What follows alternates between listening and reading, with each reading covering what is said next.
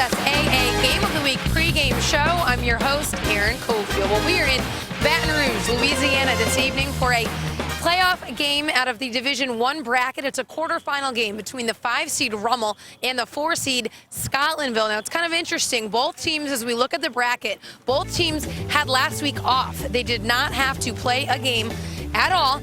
So this is the first one that they will play. We're already in the quarterfinals. Now, the winner of this game will play the winner of St. Aug and Jesuit. That game is a rematch of a regular season game that St. Aug won just 2 weeks ago, 34-14. In Week 10, it was their regular season finale.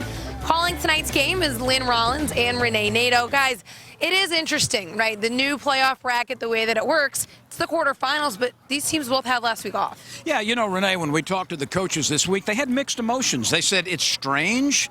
They don't necessarily like it, but they also said, you know what, the extra week could be very helpful because both teams are trying to get well in a few positions. You don't have a bye very often in high school, but yeah, especially at this time of the year with injuries, knock a little rust off, working some things, tweak a little things, because this is the stretch run. The loser goes home, there's no tomorrow. But you know, these teams, even though they haven't played this year, are very similar in styles. Both teams really like to run the football first. Both these offensive and defensive lines are going to be tested. They grind it out. The clock will move. You won't see a lot of passes. At most, maybe 12, 15 passes on each side. But this will be really a test of mettle on both defenses. All right, well, let's break it down with both teams. We'll start first with Rummel, who they're the defending 5A champion, but they're now in Division I. So they're coming off a championship season, but not technically defending the title. Well, you see Jay Roth there. He's been there 19 years as the head coach of Rummel. He's had his share of success and then some. 3 losses this year, Renee. 2 of those were to teams ranked number 1 in their respective playoff divisions. 19 years, 9 district titles. He is 79% of his games he's won. And he coaches like he plays. He was a quarterback, he was an all-district quarterback at Rummel back in 1980, and he coaches the same way. He plays very tough. They're very fundamentally sound. All right, well, it does start at that quarterback position, and Rummel has a quarterback with NFL bloodline. Yeah, Forcade is a very familiar name when it comes to college and professional football, and Chase Forcade, again, comes from that very, very fine stop. His dad is Keith Forcade. His uncle is John Forcade. He wears number 19. He wants his own identity. His uncle John had number 11, 12, and 1. His dad number 10. So he wants number 10, number 19 to have his own identity. But he's fearless, makes really good decisions. And Jay Roth gives him a little wiggle room. He can check off if he sees something that's not to his liking. Well, he also is still very, very young. He's only a sophomore, and he also plays a lot of sports at a high level. He plays catcher, a starting catcher for Rummel baseball, which is no easy feat. District all time. Rummel's always in the finals in baseball, and he's a starting catcher on a team, which shows what kind of control he has over this Rummel football team. Well, he will be handing the ball off to several different players. Someone he had for the beginning of the season, Keith Fulton, was injured. He will be back for this game tonight, but even in his absence, there are some other running backs that stepped up. Yeah, Fulton had well over 1,000 yards last year in the championship season. He's had to step aside the last half of the year or so, Renee, but both of the main ball carriers who have stepped in as substitutes have been extraordinary. Let's start with Ivan Phipps, who has nearly 1,000 yards in a relief role. 5'5", 165 pounds of dynamite. He runs a lot bigger than his program size, all district in basketball, yards after contact, great vision, and he's got a little track background, so he gets to the second level, he is explosive. He can take it to the house. Now, Israel Tucker is a little bit different type of runner than Phipps. He's a two-way guy, and he's only a sophomore. He can play cornerback very well. He's got 5 rushing touchdowns, but he had 87 yards against Brother Martin, and he's a guy that plays very well yards after contact. And when it's time to throw the ball, Forcade will likely be throwing to wide receiver Stephen Dunbar. Yeah, now this is a team that would rather not throw the ball. Renee's already talked about maybe 10 or 15 passes tonight if things go well. Stephen Dunbar, though, by far is the favorite receiver with 41 catches. 41 catches. Remember, he had the school record last year with 31 grabs. He broke his own record with 41. He averages 12 yards per catch, and he'll do a lot of crossing routes. He is the hardest working guy on this team. He sweats coming out of that weight room. He loves to work hard. Switching gears now to Scotlandville, their second-year head coach and Eric Randall, someone who is very passionate about bringing Scotlandville football up to where it should be. Boy, that comes through when you talk about this guy and talk with this guy. Eric Randall, former quarterback at Southern University here in Baton Rouge. His roots are very deep here in the Scotlandville area. And, Renee, he is 100% committed to bringing this team to an elite level across the state. Very young team, as you said, Lynn. 17 starters will return next year. 14 will return the year after that. His brother, Marcus Randall, who we all know is a quarterback at LSU, is also on that staff and does a great job. Last year, Eric Randall brought his team into the playoffs in his first season. This year, 9-1, so this is a program on the move in the right direction.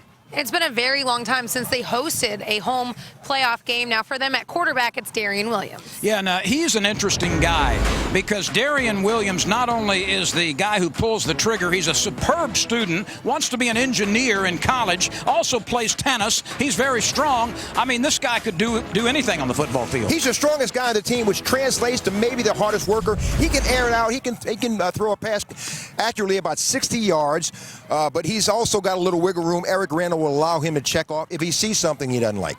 All right, and at running back for Scotlandville, Dontrell Hilliard is someone that they really rely on. Well, he's a big running back, and 17 touchdowns, a 4-year starter. Renee, this guy is really one of the best in South Louisiana. A legit college prospect, 6 foot, 196 pounds, 4.5 speed. He can play a little cornerback to show what kind of athleticism he has, but he is a downhill runner, and he'll attack that defense. He gets every yard he can, squeezes every yard he can each carry.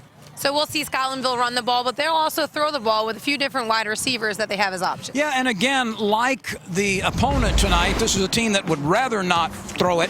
Caleb Harmon is the leading receiver. Jordan Tucker also is very capable, although he missed about half the year with a shoulder injury. A pair of underclassmen. Jordan Tucker is 4'4", speed of sophomore. Freshman all-district in the triple jump, a super athlete. Caleb Harmon, a slot receiver, 5'7", 160, but he's fearless. He'll do those crossing routes and a great pair of mitts. He won't drop many. All right, guys, we're looking forward to a great game tonight. I hope the rain, the R word, I hope it holds out for us. Still ahead here on the pregame show, we will talk to coaches of both teams and Mitch Small from the LHSAA. The New Orleans Saints LHSAA Game of the Week on Fox Sports New Orleans is presented by the New Orleans Saints, title sponsor of the Game of the Week. By State Farm. Like a good neighbor, State Farm is there. By Baden, the Baden QB1, official football of the LHSAA. By North Oaks Orthopedic Specialty Center, regional healthcare partner of the LHSAA. By Wendy's, now that's better. By Hertz, official rental car provider of the LHSAA. And by the NFHS Network, we are high school.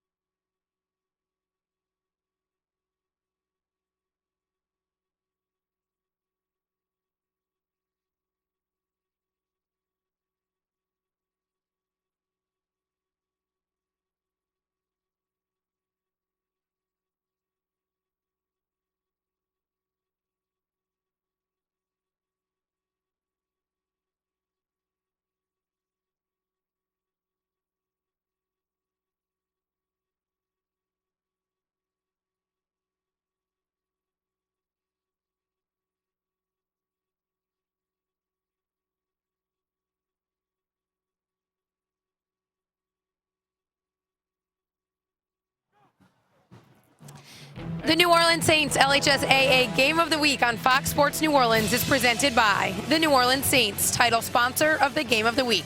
By Talkin' T-Shirts, official merchandiser of the LHSAA. By Coca-Cola Zero, real Coke taste and 0 calories. By Green Clinic Sports Medicine and Orthopedic Surgery, regional healthcare partner of the LHSAA. By the Louisiana National Guard, protect what matters. And by Blue Cross Blue Shield of Louisiana, the card accepted by more top doctors. Welcome back to the New Orleans Saints LHSAA Game of the Week. I'm joined now by Mitch Small, who is the Assistant Executive Director of the LHSAA. He handles a lot of the marketing, and I want to talk a little bit about State Farm. I know that they're a company who started by just sponsoring the trophies, and now they sponsor the whole Prep Classic. Back in the early 90s, we were looking for someone, Aaron, to sponsor the state championship trophies. We approached State Farm, and a guy by the name of Grant Gravois, who all people that are in the State Farm network certainly know Grant, was down in New Orleans. We met. They picked up our trophies the first year, and it was such a huge hit. After the first year, they actually came back to us, and they wanted to know how they could get even more involved. So that has grown over the years, obviously, to what it is now, and they're the largest supporter of high school sports in Louisiana. Well, speaking of the State Farm Prep Classic, I know the poster has been released, and I think we have a shot of it to show everyone at home what this year's program cover will be, but that's actually a contest for students. That's correct. That's one of the neat things I think we do each year. We hold a statewide contest with all the art departments of the high schools in the LHSAA. They get the information and the beginning of the school year, and it's kind of become their fall project. They submit applications to the LHSA, and then we pick a winning poster. The poster's reproduced. Every kid, every coach, every trainer that plays in this year's Prep Classic is going to get a copy suitable for framing. This year's winning poster is Miss Emily Cockram. She is from Winfield High School, so congratulations to Emily, and we'll see her and her family in the Superdome, and we'll present them with a framed copy. All right, well, I know you have been busy lately. The volleyball championships were last weekend, the cross country earlier this week, swimming going on right now. It finishes up tomorrow. Just kind of recap for me the fall championship event so far. It's been a great fall. It really has. Volleyball was unbelievable. I've been to volleyball for 20-something years now, and this was as good as it's ever been. Fox did a great job covering it. By the way, you can watch the replays on Fox Sports. Figured I'd put that plug in for the network. But it was really good. We approached 14,000 in attendance at the Pontchartrain Center, so there was some seating issues, but that's always a good thing. But the quality of play was unbelievable. The athleticism of the girl athletes in our state continues to amaze me even today. From there, we did travel up to Northwestern and cross country. The weather was perfect. The races were fantastic. And again, huge crowds. I was very impressed with the folks that traveled north to watch cross country. And state swimming is going on right now down in Sulphur at the Spar Aquatic Center. Mr. Gary Dewey, who joined our staff, is now assistant director in charge of swimming. So good luck to you down in the Lake Charles area tonight and tomorrow, Gary. But it's been a fantastic fall, and certainly once Gary finishes up with swimming next week, all eyes will point to the Superdome for December 12th and through 14th. That's right, the 9 games this year in the Mercedes-Benz Superdome. Mitch, thank you so much. Thank you, Aaron. All right, well, still ahead on the pregame show, I'll talk to the head coach of Archbishop Rummel, Jay Roth. You're watching the New Orleans Saints LHSAA Game of the Week on Fox Sports New Orleans. We'll be right back.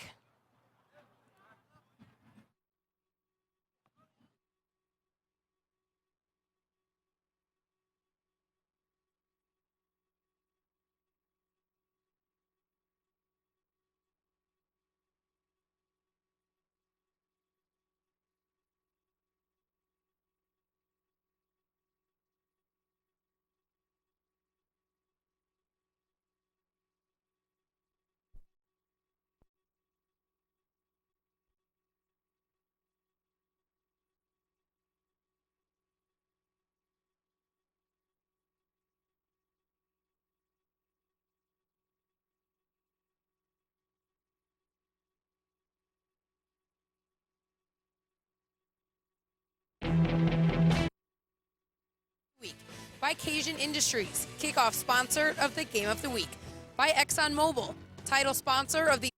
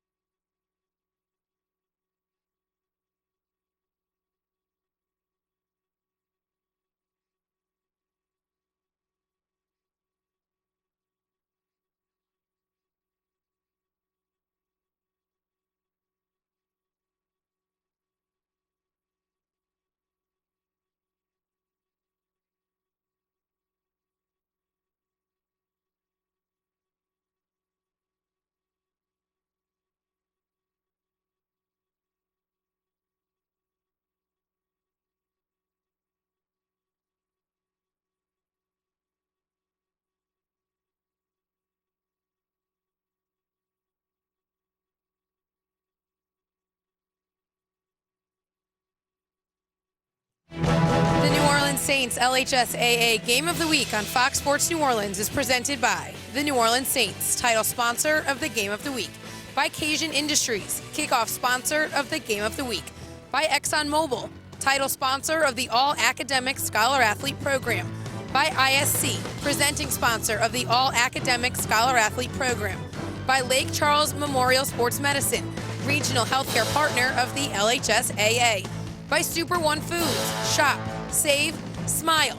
And by Mushmek Photography. For photos of LHSAA events, go to flashpicsphoto.com. Welcome back. I am joined now by Jay Roth, who is the head coach at Rummel in his 19th season, 18 playoff appearances. But this is the first time you guys are doing it, looking to defend a title. Right. It took us 18 tries to get to the big one last year, and that was a great experience. So now we're the defending 5A champs. Talk to me just about this week, just mentally getting ready for the game. What was it like? Well, we had a bye week, and that's unusual to have an open week. So we had some people heal up, got rested a little bit, and had a little extra time to prepare for Scotlandville. Looking at Scotlandville, what does your team really need to do well? Well, we need to play a full game. We've been up and down all season. We're not a true 48-minute team yet, so we can't just play a quarter or a half and expect to come out here and do well against Scotlandville. Just looking at your personnel, I know a player that got injured at Dutchtown is Keith Fulton. He will be back. Just what does he bring to the table, and who else are you leaning on? Well, just his leadership. Just practice this week was much more upbeat with Keith. And he's such a leader. He's a be on the field either as a tailback or a slot back. He probably won't come off the field much. And, Ivan Phipps carried us while Keith was out. So those are the guys we're counting on, at least on offense. A big game just an hour away from Metairie. What kind of a crowd do you expect to be on your side? Well, you guys on TV might keep some people home watching it, but we expect a good crowd tonight. People are excited about this playoff run. All right, thanks so much. Good luck. All right, Aaron. Want to relive your favorite LHSAA memories? DVD copies of all New Orleans Saints LHSAA Game of the Week broadcasts and select LHSAA state championship events are available for purchase through the LHSAA. Visit www.lhsaa.org for more information.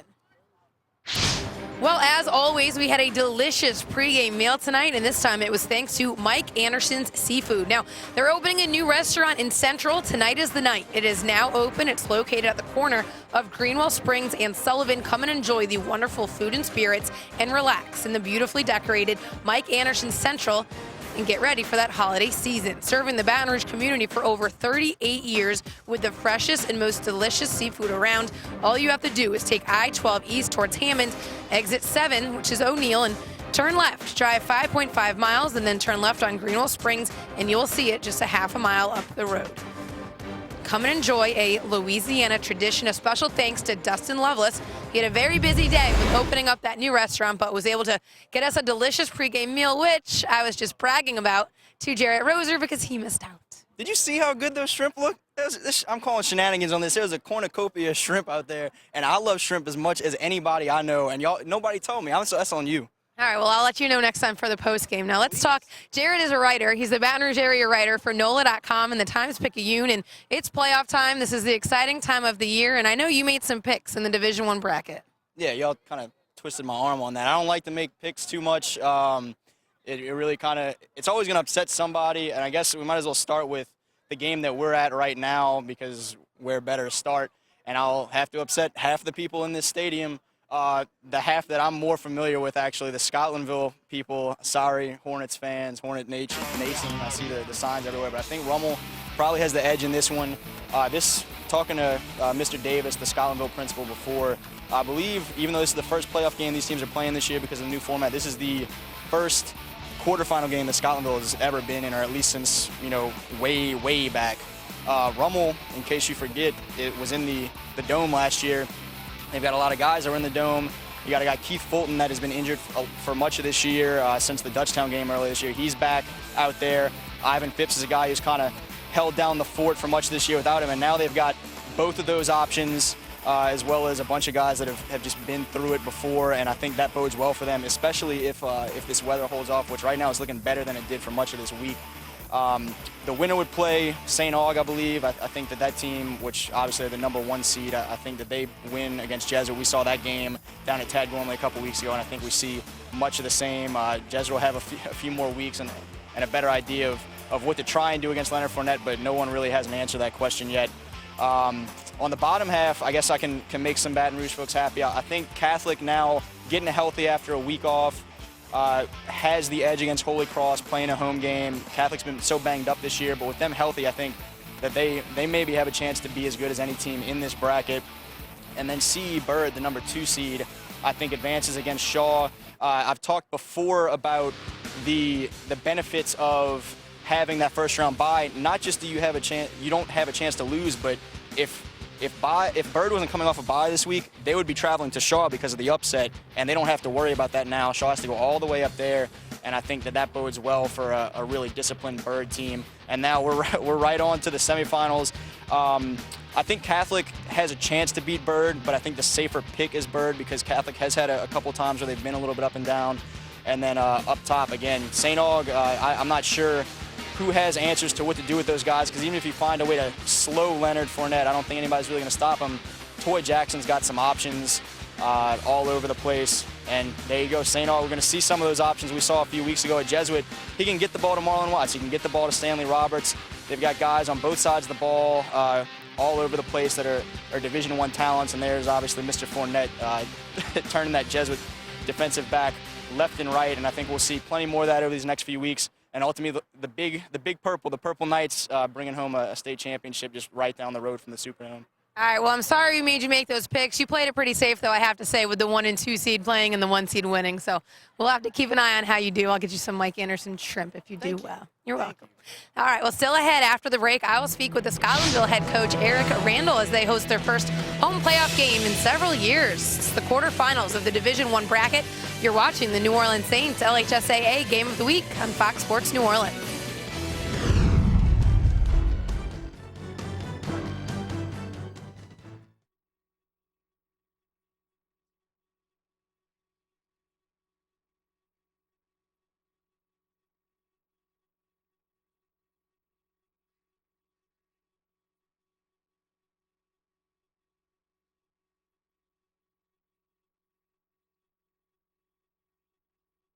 Headset.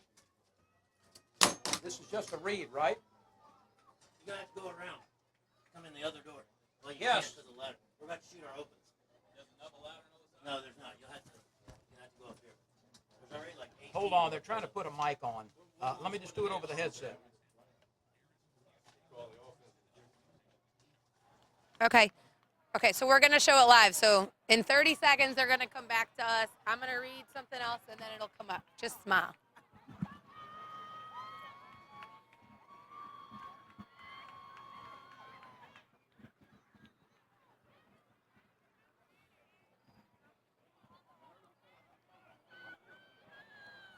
I mean, I'm off camera. Okay. Just smile. Yeah, you'll see when you're up. The New Orleans Saints LHSAA Game of the Week on Fox Sports New Orleans is presented by the New Orleans Saints, title sponsor of the Game of the Week, by JC Fodale Energy Services, proud sponsor of the LHSAA, by NOLA.com and the Times-Picayune, your source for comprehensive Louisiana high school sports coverage, by the Tulane Institute of Sports Medicine, regional healthcare partner of the LHSAA, by Acadian Ambulance, knowing life matters, and by Fox Sports New Orleans, your home for high school sports. Welcome back to the New Orleans Saints LHSAA Game of the Week. Through the corporate support of Wendy's Restaurants and State Farm Insurance, each school will receive a $1,000 check for participating in the game. Presenting the check to Principal Mike Scalco of Archbishop Rummel High School is Linda Boster, representing Wendy's. Presenting the check to Principal Howard Davis of Scotlandville Magnet High School is State Farm agent Anna Jones of Baton Rouge. The Louisiana High School Athletic Association thanks the New Orleans Saints, Wendy's Restaurants, and State Farm Insurance for their continued support of the LHSAA Game of the Week. Lynn, Renee, let's go up to you. Aaron, thank you very much. Renee, I'm really looking forward to this game. This is one that's going to be very similar in style. We've mentioned that a little bit. And quite frankly, the Scotlandville team offers a challenge to Rummel because this is the biggest team that Rummel has faced maybe ever. They're very physical. Scotlandville is very physical, and Rummel is technique sound. It's going to be an interesting kind of matchup, and it'll be like a chess match or maybe a boxing match. Both are trying to set the tempo with a big knockout punch. Well, Eric Randall certainly wants his team to play like it's done all season long. We go back downstairs. Here's our Aaron Cofield with Eric Randall. Aaron? Coach, in your second season, but just the history of Scotlandville, it's been a while since they hosted a playoff game. Just what kind of a crowd are you expecting, and how exciting is that? Well, I tell you what, the student body as well as the teachers and our players are very excited about hosting the game because, like you said, it's been quite a while. I don't know how long, but you know, the alumni, they're big in at this school, in this community, so they've made it known. So, and they also say you got to go out and win too. So, you know, it's exciting because you have a change in the guard, new coaches, new principal back at the helm because Mr. Davis was gone for a year or so. But overall, things are moving in the right direction. We're really excited. Our academics is up, so it's an exciting time for us. Well, looking at tonight's game, playing against the defending 5A champion, you do have a young team. Is that something that concerned you? Well, I tell you what, when you're young, you know they're going to make mistakes, but they go 100 miles an hour, and when they make a mistake, so you can live with those types of mistakes. So, Rummel, they come in with the, with the legacy, with all of the history, and like you say, defending state title, defending state champions coming in your backyard. You got to get excited for it. I'm sure our kids have some butterflies here and there, but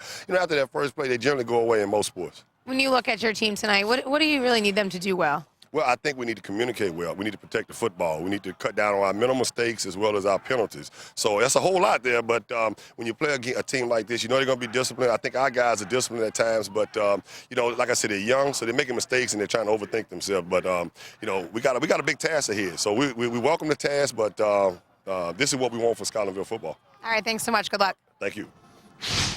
Well, let's check with our Blue Cross Blue Shield of Louisiana. Keys to the game. Let's start with defending 5A champion Rummel. Rummel wants to establish your run. Success on the ground will, in order to open things up a little bit, make them work. Fundamentally sound on defense. Not give up the big play will be a challenge with the running back Hilliard. For Scotlandville, stay in control. Control the line of scrimmage. Play ball control. Make a statement playing against a very high-profile opponent. Treat this like a boxing match. Come out with a knockout punch if possible. They're going to take some chances on defense. These teams have had 2 weeks to get ready for each other. It's the first round of the playoffs in Division I. We've got Scotlandville coming to the field now against Rummel. Stay tuned as it comes into your living room. Rummel and Scotlandville from Baton Rouge next on Fox Sports New Orleans.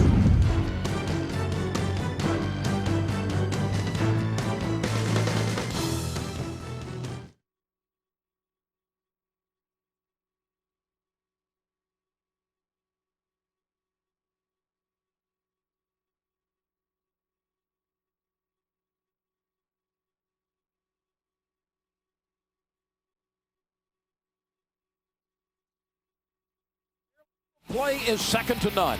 8 Division I teams remain on the road to the Superdome. A win tonight puts Rummel or Scotlandville just 48 minutes away from a shot at the championship. The playoff push continues next on Fox Sports New Orleans. In Louisiana's Division I, there are only 10 high school football teams, but their level of play is second to none. 8 Division I teams remain on the road to the Superdome. A win tonight puts Rummel or Scotlandville just 48 minutes away from a shot at the championship. The playoff push continues next on Fox Sports New Orleans.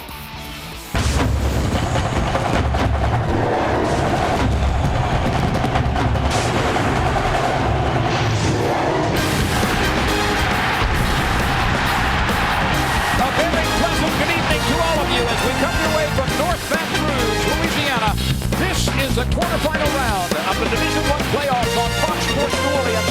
Archbishop Rummel's Raiders out of New Orleans playing Scotlandville's Hornets, a team which lost only once during the regular season, finishing 9-1. The Raiders were 7-3. It's such a pleasure to be coming into your living rooms tonight. I'm Lynn Rollins with Renee Nadeau, and before we get tonight's kickoff, let's go back down on the field. Here is Aaron Cofield. Aaron?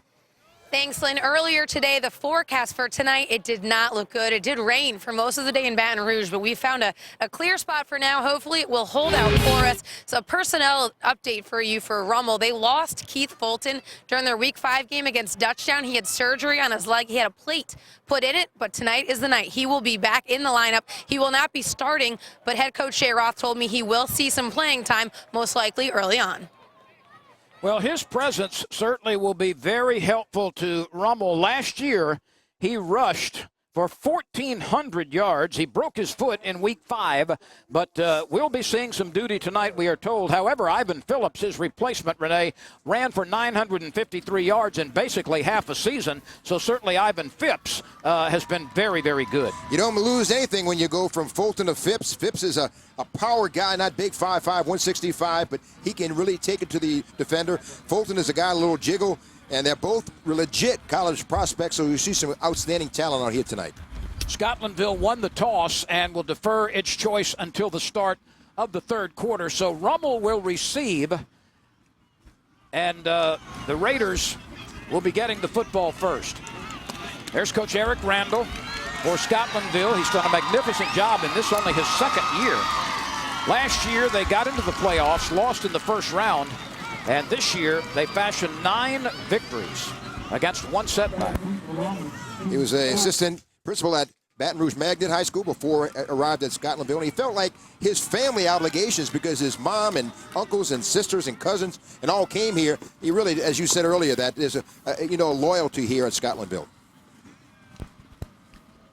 The Hornets of Scotlandville in the dark uniforms, Rummel in white. The thing, Lynn, you won't see a lot of trickery with these two teams. They're very fundamentally sound and come right at you. Ivan Phipps is one of those in return formation, along with Andre Tolliver. And now for our Cajun Industries opening kickoff as the quarterfinals in the Division I playoffs are underway, and a flat line drive kick is taken by one of the upbacks, or rather the initial line, in a very alert play up front. And I just finished saying you won't see much trickery, and the opening snap you got, luckily, Matthew Kennedy, a defensive lineman, jumps on the onside kick, and Rummel will have the field shrunken for them, and they'll have pretty good field position to begin this opening drive. Chase Forcade has thrown 149 times this year. He's completed 84 for nearly 1,200 yards. He's had a 2-to-1 touchdown to interception number with 10 touchdowns, 5 interceptions this year. And Rummel will stay on the ground primarily. Here is Keith Fulton, who does get the start, and he works to the left side, gets maybe a yard. So Keith Fulton has been in the boneyard for half a season, does get the start tonight. And here's a look at our State Farm starters. It's going to be Fulton instead of Phipps, but Ivan will be in there shortly. The fullback is Todd Weller, and you see the offensive line. This is a line that's going to have its work cut out for it against a very big front defensively for Scotlandville. And Rummel's had a history of turning out some outstanding linemen. This team will be, again, may be in line with some with talent and a lot of hard work. 3 wide receivers are in the game at the bottom of the formation, but Rummel goes back to the middle on a running play which is stuffed after a couple of yards, and it was Ivan Phipps that time on the carry. Here's the State Farm defense for the Hornets. Williams, Canty, Jackson, and Williams up front. They all are big and they can move. 4 linebackers, Batiste, Smith, Allen, and Freeman, and in the secondary, a 3-person lineup, Booker, Henderson, and Jones. So a throwing down here. This is not what Rummel wanted to do frequently, as Forcade looks to his bench on the left side.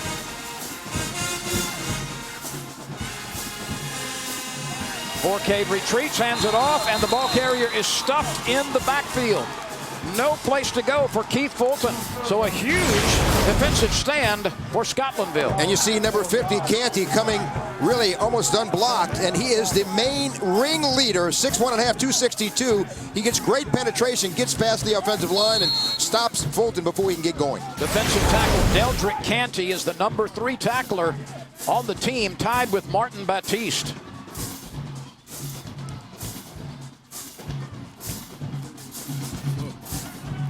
The punt is away.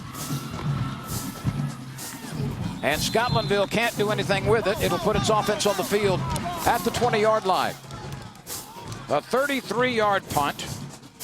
And we see Scotlandville coming with its offensive unit for the first time. So the decision to defer and kick off certainly worked out okay for the Hornets, as they will start this drive at the 23-yard line. Darian Williams Has only thrown it 115 times, completed 73.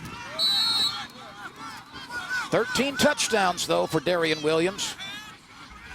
And he is a very versatile quarterback. He'll take it in shotgun formation to open the game. Manzi Williams, the center, slips it off, and the handoff on the speed give comes to the left side.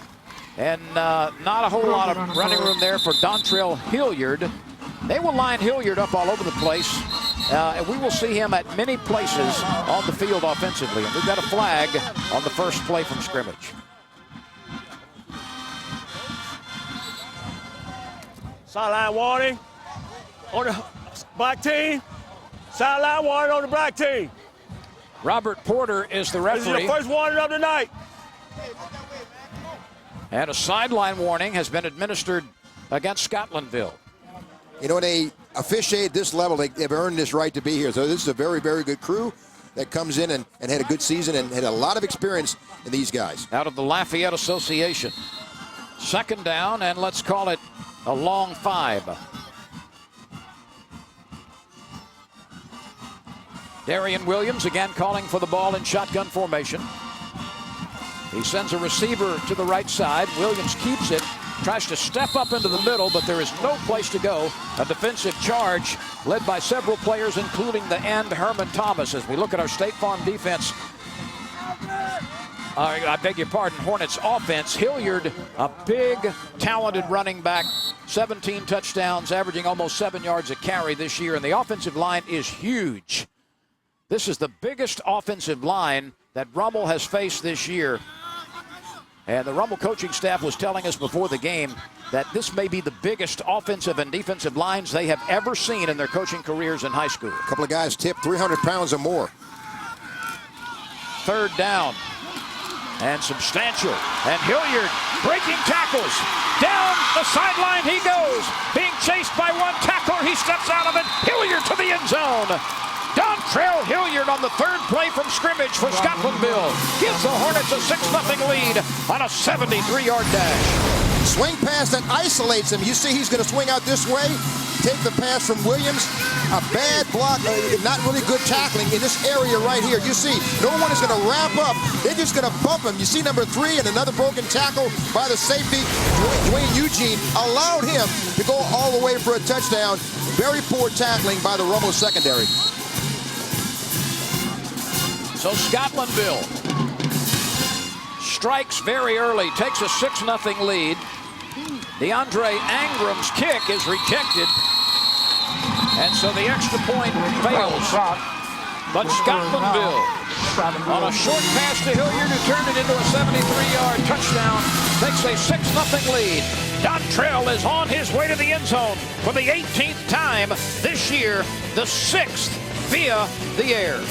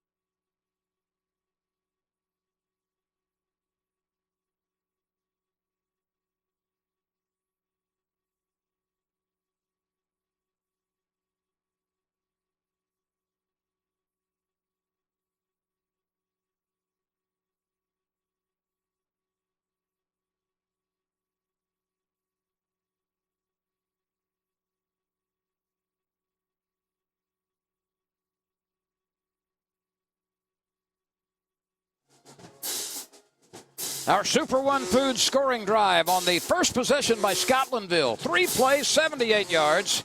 It took just 81 seconds for Scotlandville to get to the end zone, and number 1, Hilliard, scored on a 73-yard swing pass, working to the right side, breaking tackles along the way. Dontrell Hilliard makes it 6-0. And you see how dangerous Dontrell Hilliard is. 4.5 speed. Once he gets isolated out in the open, he's a sure 6. from the 10-yard line. The return out to across the 30. Let's see where they mark it. A 35, or rather a 25-yard return. Andre Tolliver on that return, and they're going to put this one down right at the 35-yard line. So a 25-yard return, and Rummel, which did not want to fall behind early and have to abandon its game plan, certainly now will have to do something better than it did on its first 3 runs, resulting in negative yardage. Eric Randall wanted to set the tone, and right now he's got a 6-point advantage on the scoreboard. We've got a new quarterback. It's Keith Fulton, and Keith Fulton works his way up the middle for 8 or 9 yards. So Keith Fulton, who's been off for half the season, fakes and then keeps it and finds a big block. He gets, you know, he can line up anywhere as a wildcat. You see he runs right up the middle behind a good block by the pulling guard, left guard, Ryan Hanley, number 62. Gets him a little yardage there, but you can see he can line up anywhere as a slot back, as a running back, wildcat quarterback. He had a 74-yard touchdown run against Brother Martin last year. He's explosive. You mentioned Hanley. He's considered the best offensive lineman at left guard, a 2-year starter, who also is an excellent wrestler. Very strong and very mobile at the line of scrimmage. And that time, Martin Baptiste, the Sam linebacker, came in, got good penetration, a 6', 218-pounder who has 61 tackles on the season. Tackled Fulton before he got a good head of steam. There's the former Southern University quarterback, Eric Randall, in his second year as the head coach of Scotlandville. And now it's 3rd down and about 1. Quarterback sneak, and that appears to be enough for the first down of the night for Rummel. Rummel had to move some people around on the offensive line. Their starting right tackle, Pierce Bonk, number 72, went down. They had to take their fullback, put a lineman jersey on him, Thomas Archer, 5'9", 220, and plug him in at offensive tackle. You see him right there on the screen. Good look at Fulton. Fulton is a great athlete, Lynn. He's a 3-year letterman, all-district in basketball, and all-state honorable mention in football. 1st and 10 for Rummel, just across its own 45-yard line. Again, the Raiders stay on the ground with Fulton picking up a couple of yards. This defensive front, Torrey Williams, who was a running back last year, put on some weight, grew into a defensive end position. He's 6'4", 221 pounds. His running mate at defensive end is DeAndre Williams, a 6'3", 218-pounder. Deldrick Canty, 6'3", 263 at one defensive tackle. And DeAndre Jackson, who was a fullback last year, 5'10", 230 pounds at the other defensive tackle position. Rummel trying to fight for yardage to midfield. A spinning effort by Ivan Phipps, who refused to go down. And Phipps with a 400-pound squat. He's not easy to knock down. As you see, at a hold of him is Torrey Williams, number 40, and he just will not go down. Not a big guy, but very powerful from the waist down. Good look at Tyrell Henderson right there, the cornerback for the Hornets. 3rd down and 6. Rummel will throw for it. The pass is received at midfield, but it is far short of the 1st down. That's caught by Damien Jean-Pierre, who averages about 7.5 yards per reception. He's had 1 touchdown this year. And even though Jean-Pierre made the reception, that was about 5 yards short of a 1st down. So Rummel gets 1 first down, but cannot convert its next opportunity. Eric Randall wants those quarterbacks to challenge the wide receivers, and Chauncey Booker, the quarterback, number 15, made a good break in the ball and made a tackle before anything could happen. He's a really good quarterback, 5'9", 172, a senior. Reggie Cleveland is back to receive the punt. The kick is away by Enrique Carrasquero. And Rummel, after failing to get more than 1 first down on his second possession, kicks it away, a 37-yard boot. Scotlandville owns the ball and a 6-0 lead.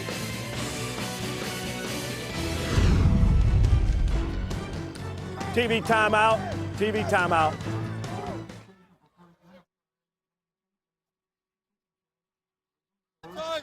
This is a 60-second timeout, a 60-second timeout. All right, we got a TV timeout. You can go to your huddle if you want.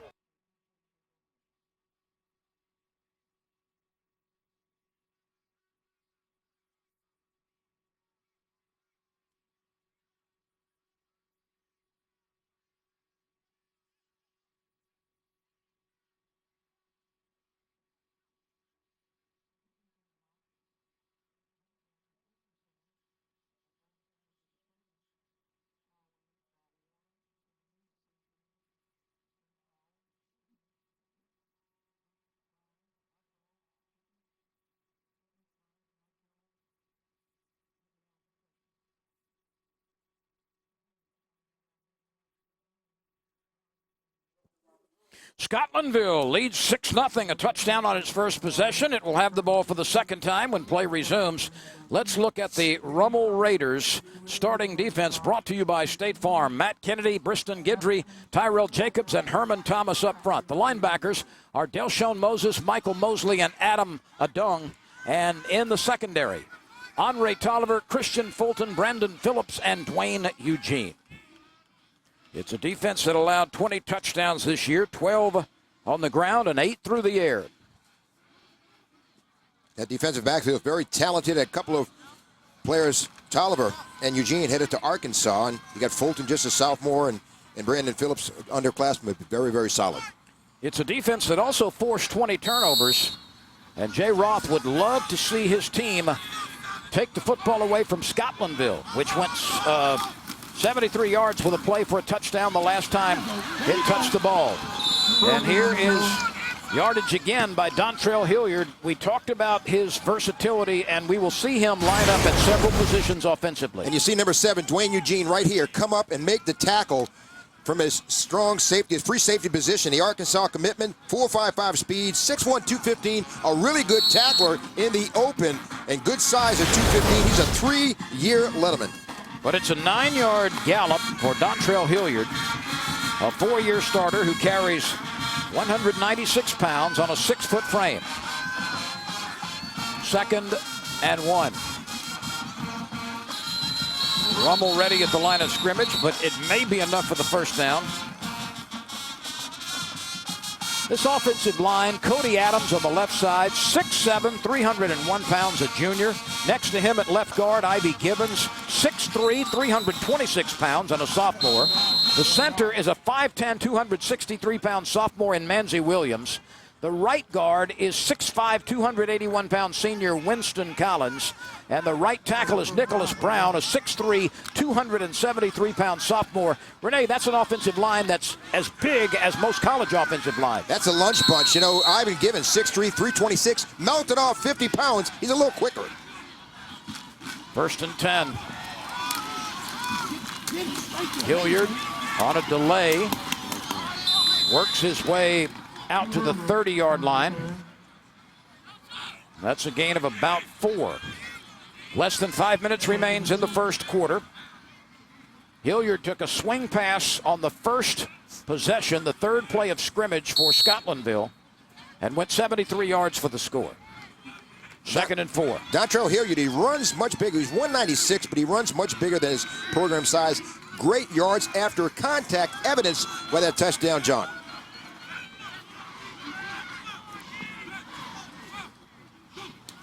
Hilliard in motion. This time they give it to the up back and fake it to Hilliard. And there's a gain by Joshua Williams, the fullback, a 5'10", 290-pound junior. He comes up a little short of first. No, he does get the first down at the 35-yard line. They do move the chains as the ball is placed at the 35. Joshua Williams, sophomore. He's a guy that 3-point GPA. Good look right there at the Rummel defense. They got some players all over. They'll bring intermatch guys throughout the whole game. Marcus Randall, the younger brother of Eric, and a former college quarterback in his own right at LSU, is the offensive coordinator. Williams rolls right. He's pressured. He shoots it. It is caught. And coming to the near side is Jordan Tucker. Tucker, after the reception, reversed field and gallops up the near sideline for big yardage.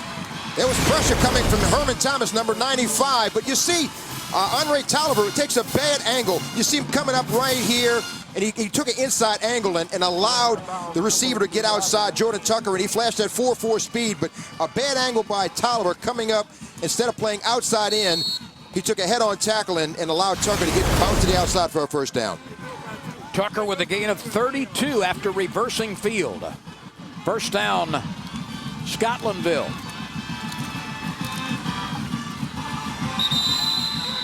The Hornets stay on the ground. And Delmas Holmes with the carry, a 5'9", 183-pound junior. Holmes up the middle for about 4. And he's good between the tackles. They run an ISO play, give it to Delmas Holmes, and he'll just follow the shoulder pads of fullback Joshua Williams for a nice pickup.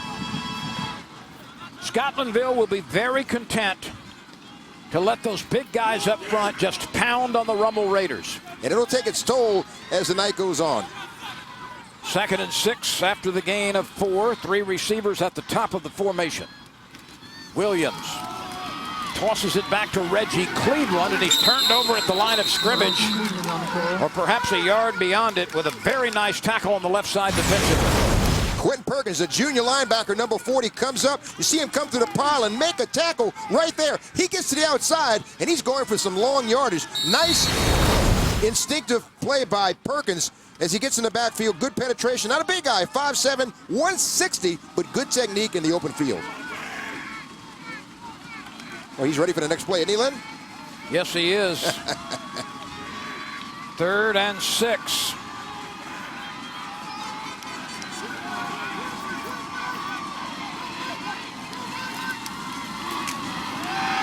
Williams retreats, throws, and it is caught near the 28-yard line, but that's going to be short of a first down. And it's play-action fake to Hilliard, kind of freezes everybody. Throw to Cleveland. It's not a good throw to him. You want to get him on the outside.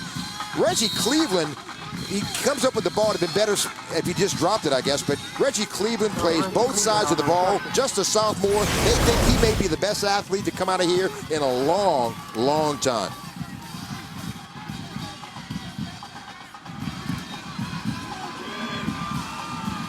So it's 4th down at Scotlandville.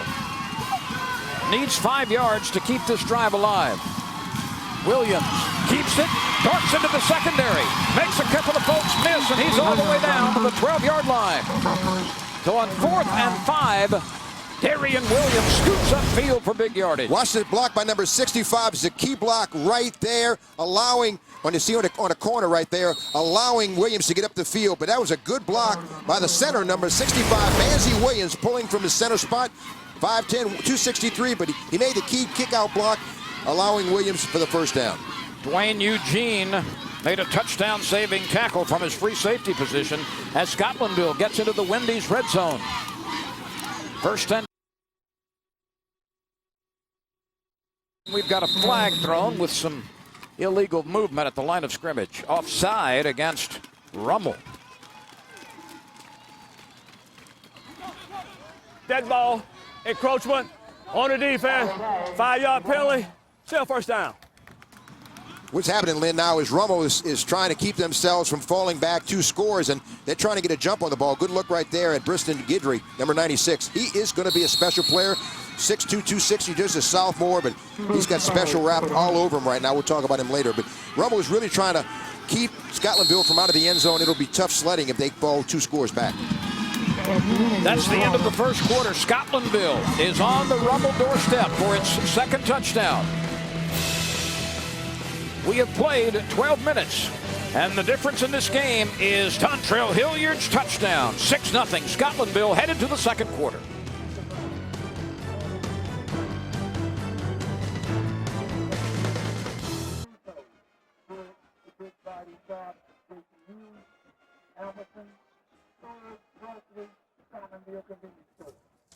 Thank you very much for your donation. Don't forget, ladies and gentlemen, to visit our concession stand. Hold on now.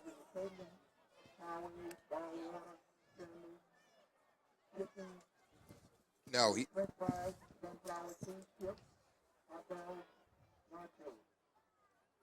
Is he playing the guy, the swimmer guy? Well, wasn't it Cleveland? No, I didn't have Cleveland, I would have wrote that down. So, no, I got that he's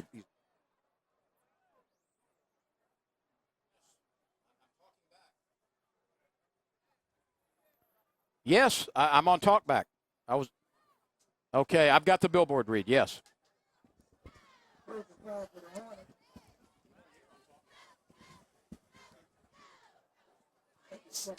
The New Orleans Saints LHSAA Game of the Week on Fox Sports New Orleans is presented by the New Orleans Saints, title sponsor of the Game of the Week.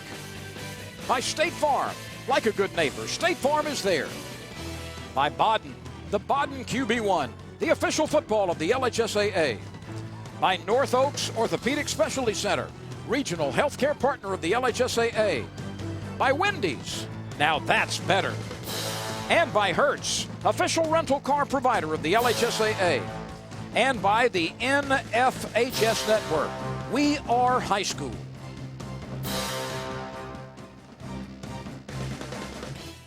Welcome back, everyone. We start the second quarter. Scotlandville has had the better going of it after the first 12 minutes, leading 6-0 and looking for more. Darian Williams calling for the football. He'll run left, plants his foot, darts inside the 5, and is knocked down near the 3-yard line. That's going to be very close to a first down. And that time, strong safety, number 4, Brandon Phillips, forced from the outside. He's one of those guys when Jay Roth wants to get the best athletes on the field. He's one of them, a junior. And he turned it inside and stopped. Look at the size of those guys. I mean, that is a lunch bunch there, buddy. 79 is the biggest of the bunch. Ivy Givens, who dropped about 50 pounds from his freshman campaign. He's 6'3", 326. 5 different rushers have carried the ball for Scotlandville. And they go straight ahead and power to the strike and touchdown. A determined run behind the big offensive line. This is a power run. He's following the fullback, number 44, and Hilliard just follows him.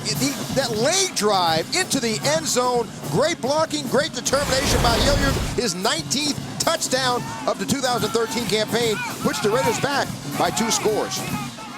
And they'll go for 2. 13 from the ground, 6 through the air, accounting for the 19 touchdowns. And the Hornets will take a timeout to discuss the options on the point after. We'll be back with Scotlandville leading Rummel 12-0 very early in the second quarter.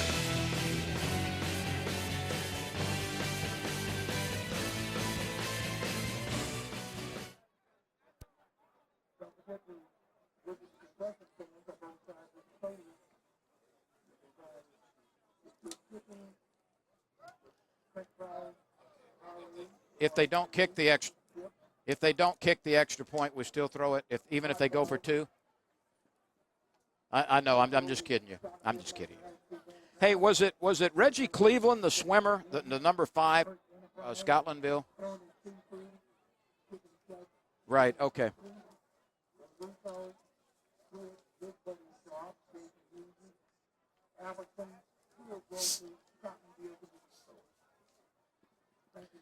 Welcome back, everyone, with Aaron Cofield on the sideline and analyst Renee Nadeau. I'm Lynn Rollins. Scotlandville off to a good start, leading 12-0 and pondering the options for the extra point.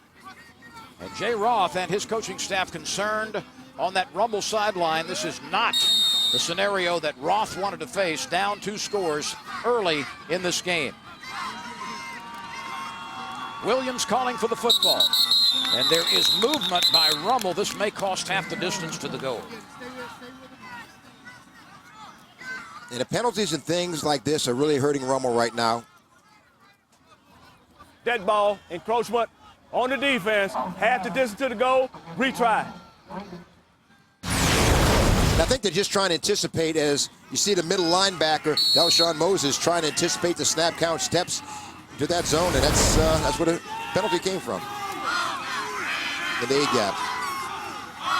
Williams rolling right. Flags will stop this play, and this is going to cost the home team 5 yards for illegal procedure.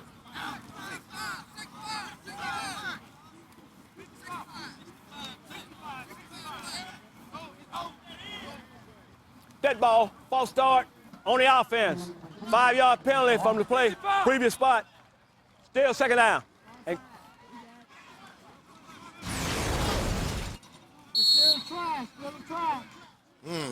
They said it might have been a 65. Manzi Williams, the center. I didn't really see anything there. Evidently, he must have picked up on something. He may have, you know, when it's on a center, maybe moving his hand on the ball, just trying to draw him offside or trying to position the ball, and that will draw a foul. So Scotlandville comes back out in the same formation. Williams looking, fires over the middle, incomplete. Intended for Jordan Tucker, and now a flag comes sailing in from the sideline. And that's the Arkansas commit, Andre Tolliver, from his cornerback position, reached in with his paw. 6'1", 175-pounder, but he made contact with his body, which draws the foul. on the play, defensive pass interference, white team, half distance to the goal, retry. Let's take another look as number 11, Jordan Tucker, runs the route from the left side. And he's running a slant, and Tolliver comes over his shoulders and impedes the opportunity for him to make a catch, as that was Jordan Tucker trying to come down with the two-point conversion, and Tolliver, good reach with his inside hand, but made body contact. So we've had 3 penalties on this point after try. Williams looks right, throws to the right side, and it is caught for the conversion. And he ran a slant on the inside. Look, he took an inside route against Christian Fulton, and there's nothing he can do.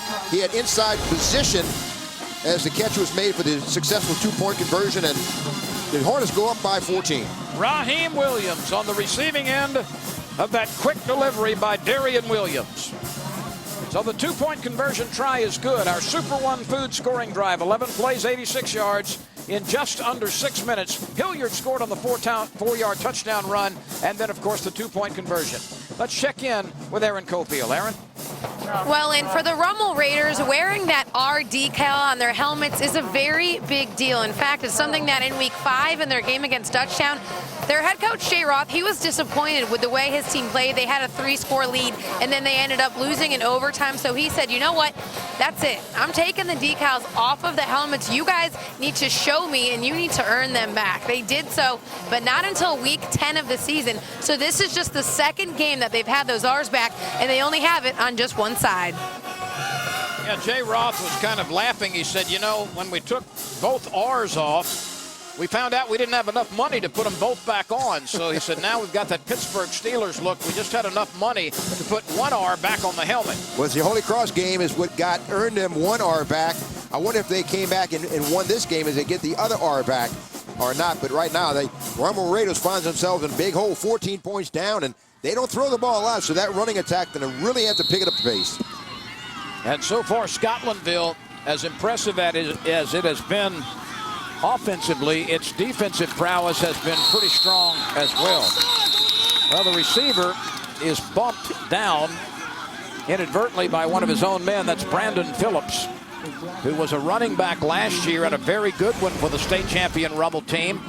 And now he's a starting member of the secondary, and you can see him bump his teammate right there, Keith Fulton. So when their legs got crossed, nothing's going right for the Raiders right now, and Brandon Phillips had a little running room, but I guess you'll credit Keith Fulton with an assist on that tackle.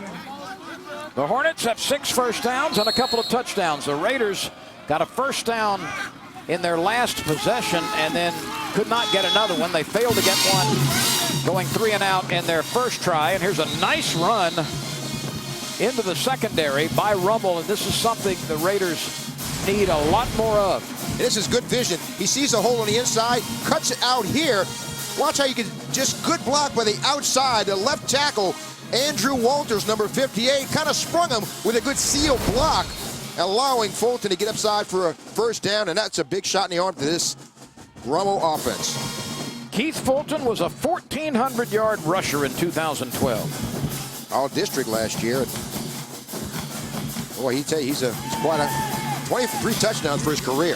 The pass is caught for about a 9-yard gain. Ball may have come out late, but it is not a fumble. And Caron Castillo, the tight end, made the catch. That's only his 10th of the season, but a big one there for Rummel. And they say it is enough. No, just short of a first down. Castillo is a big tight end, 6'1", 235. Tulane, Northwestern State, Louisiana Tech, and SLU are hot on his trail.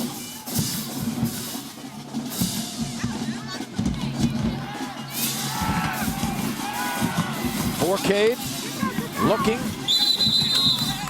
throwing, and the reception made on the sideline. Damien Jean-Pierre with the catch.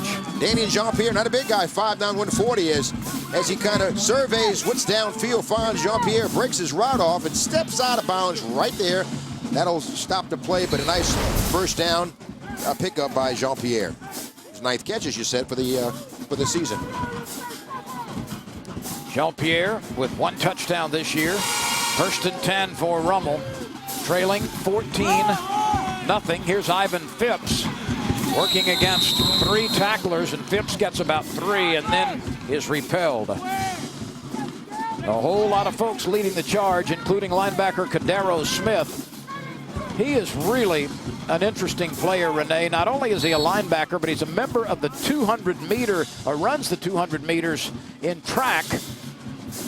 He is the 2nd leading tackler. And it's interesting when you've got a linebacker who's also a sprinter on your track team. And he's a big guy, 6'1", 231, 4.6 speed. He can play strong safety, defensive end, a linebacker, sideline to sideline.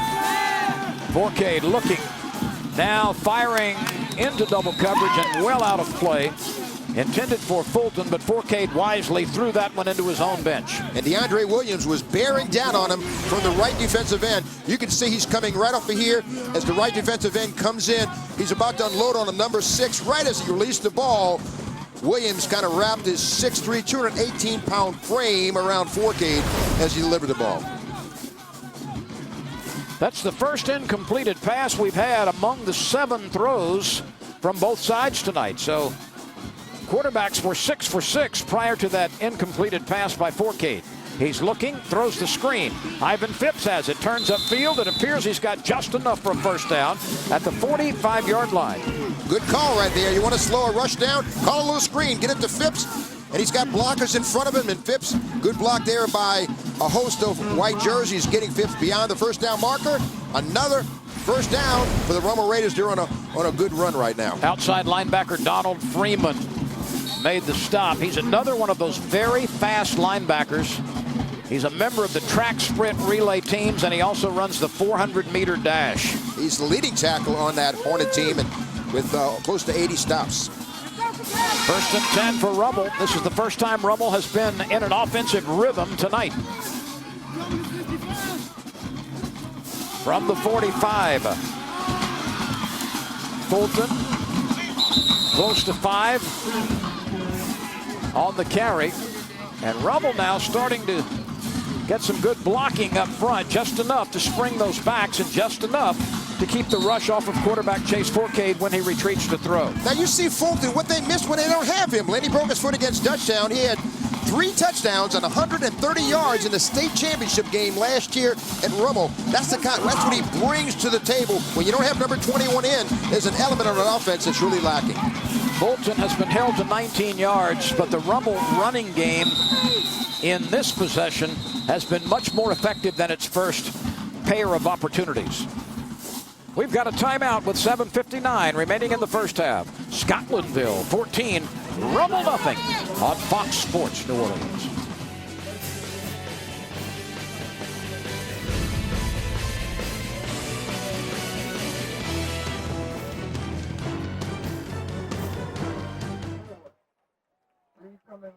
From the truck. We could do this from the truck.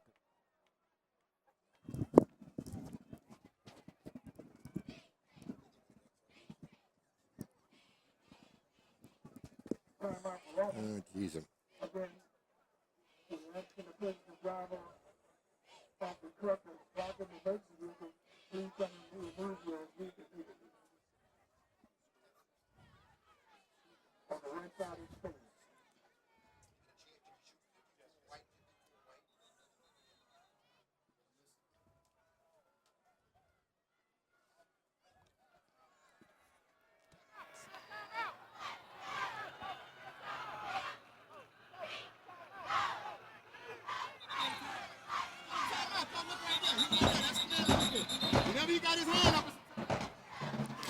It's 14-0 Scotlandville with 8 minutes to go in the second quarter. Taking a look at your ExxonMobil Scholar Athletes of the game for Rummel, number 39, Adam Odwong, 58, Andrew Walters. For Scotlandville, number 15, Chauncey Booker, number 85, Keltrin Burrell, number 2, Darian Williams, and also number 12, Nicholas Jones. To be on this list, you must be a senior who has played at least 3 seasons of high school football and have a cumulative GPA of a 3.5 or higher.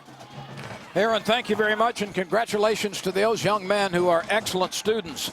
For Cade, looking, firing over the middle, almost intercepted at the 20-yard line, and there is a penalty marker down. That was the 8th play of the drive, which has covered 38 yards to this point. Let's see what the flag was thrown for. Pass interference on the defense. 15-yard penalty from a previous spot. First down.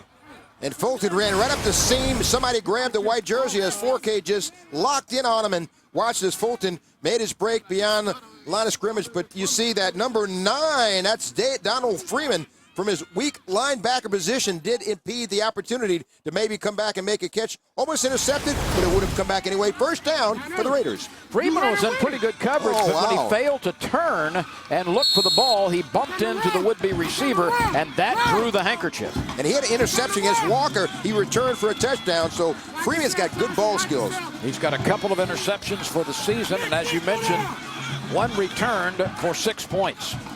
1st and 10. For Rummel, and here is Fulton in the secondary. Fulton stays on his feet, sniffing the end zone, and he's down to the 1-yard line.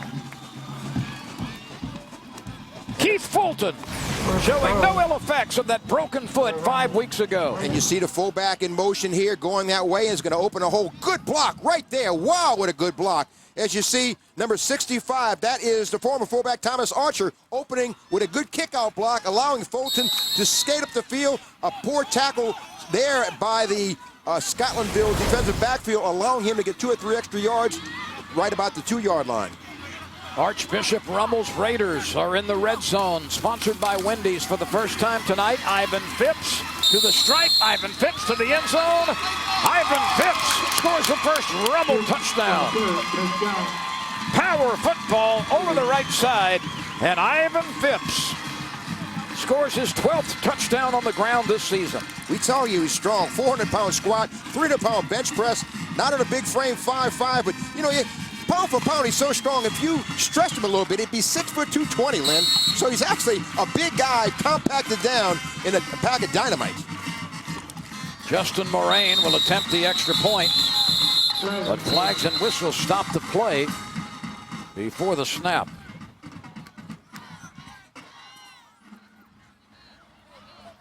Encroachment on the defense. On the defense. Half distance to the goal. Do you want to? Rummel might decline this penalty. Dead ball, encroachment on the defense. The penalty is declined. We'll retry. So Rummel prefers the standard distance for the extra point after scoring a touchdown that it really needed to change the complexion of this game. Moraine drives it through, and with 7:21 remaining in the second quarter, Rummel is on the scoreboard for the first time. Ivan Phipps blasts his way over. 14-7. Scotlandville leads Rummel on Fox Sports New Orleans.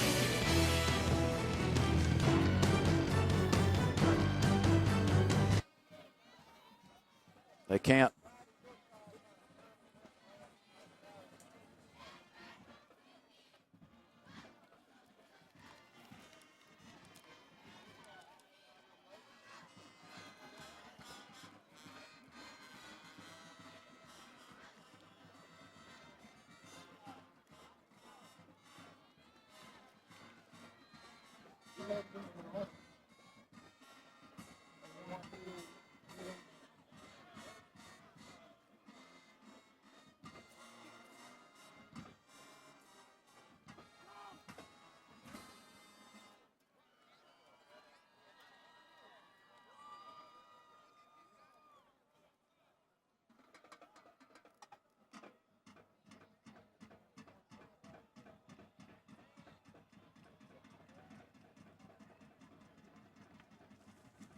Scotlandville scored the first couple of touchdowns to take a 14-0 lead, but Rummel has driven it the length of the field to cut the lead in half, 14-7, with 7:21 remaining in the second quarter here in Scotlandville tonight.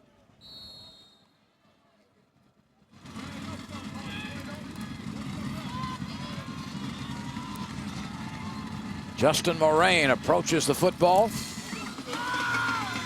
and sends the kick into the end zone for the automatic touchback. Rummel used 10 plays to move 80 yards in just under 4 minutes.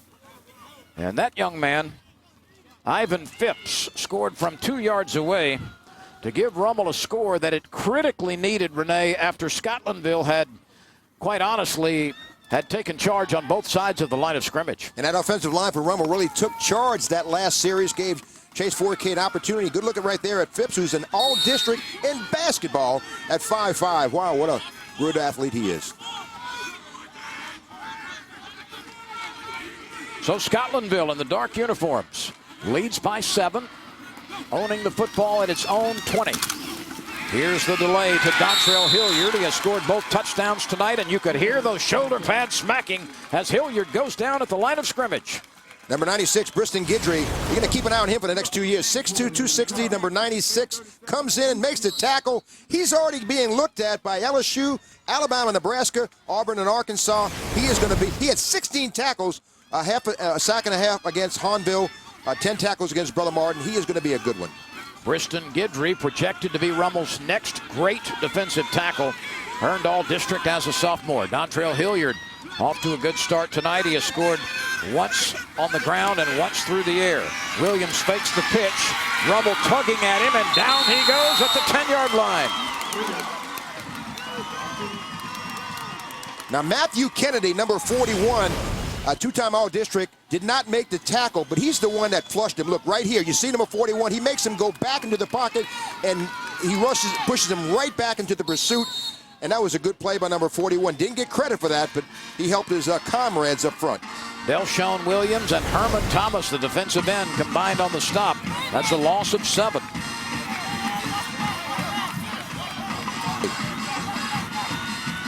Six minutes are left in the second quarter. Scotlandville leads 14-7. Williams retreats. He's pressured again and dragged down. He managed to stay out of the end zone. And he was taken down again by Delshon Moses, the linebacker. Delshon Moses comes on a blitz in the A gap, and the 6'5", 225-pound senior really did a good job. He was in his face before he knew what happened and had Williams by the collar for a tackle. And Delshon Moses had 6 tackles and 2 sacks in the state championship game against Barb last season. So Moses with back-to-back sacks. And Scotlandville loses 19 yards with that possession back to the 1-yard line. Moses, another one Lennon can run. He's a track and field guy. The punt is away by Jordan Tucker. It's received at the 42-yard line. Going to the right side and all the way down inside the 5-yard line is Reggie Cleveland.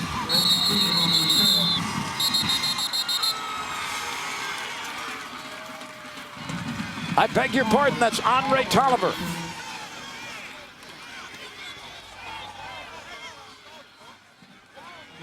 Andre Tolliver with a great return, but there is an illegal block, which is going to cost Rummel a point-blank range opportunity. That was a chop block, and they picked it up right away. And that was a nice return by the Arkansas commit, Andre Tolliver, scooting up the sidelines. And Jay is not feeling good where he got pushed back, but he's got to feel good about the field position as back-to-back possessions here. Rummel looks like they could tie this game up, and Scotlandville, who started up like a house of fire, is being challenged now.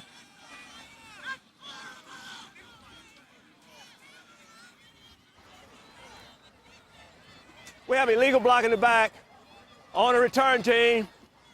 10 yards from the spot of the foul. First down. The illegal block right there, and a very, very good call. Christian Fulton charged with the clip. It takes away a big run by Tolliver.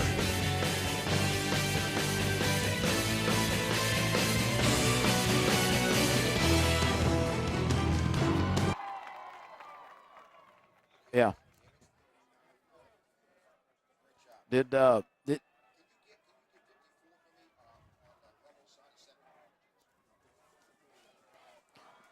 was a good call. That was a great I mean, call. it was. Oh, yeah. Yeah. There wasn't any doubt about it. Yeah, when a kid's 5'7", but he's a 3-year scout team guy, Lynn. Okay, for right there, 54. Okay. Run a bomb. Yep.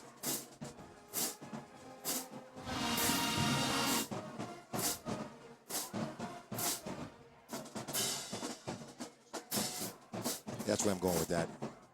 DH in baseball. Yeah, he said he's going to let him play, though. We'll get to him. Yeah. I'll follow you. I'll follow you.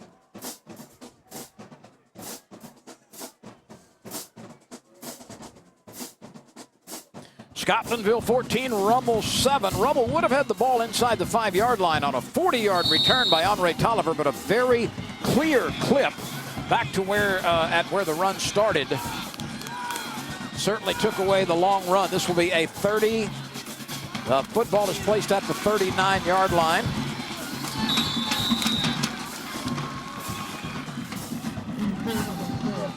There's Joe Runnabomb. He's a neat story in the middle of this line as the center. 5'7", 260, too small to play, right? He's a DH in baseball. He's a 3-year scout teamer. Loves this role, no quit. He's a senior getting the start. And, boy, I tell you, he does a great job. Gets under those pads, 5'7", 260. They'll find a play for him if you want to play. Go to the middle. Go to the middle. A quick swing pass goes to the right side.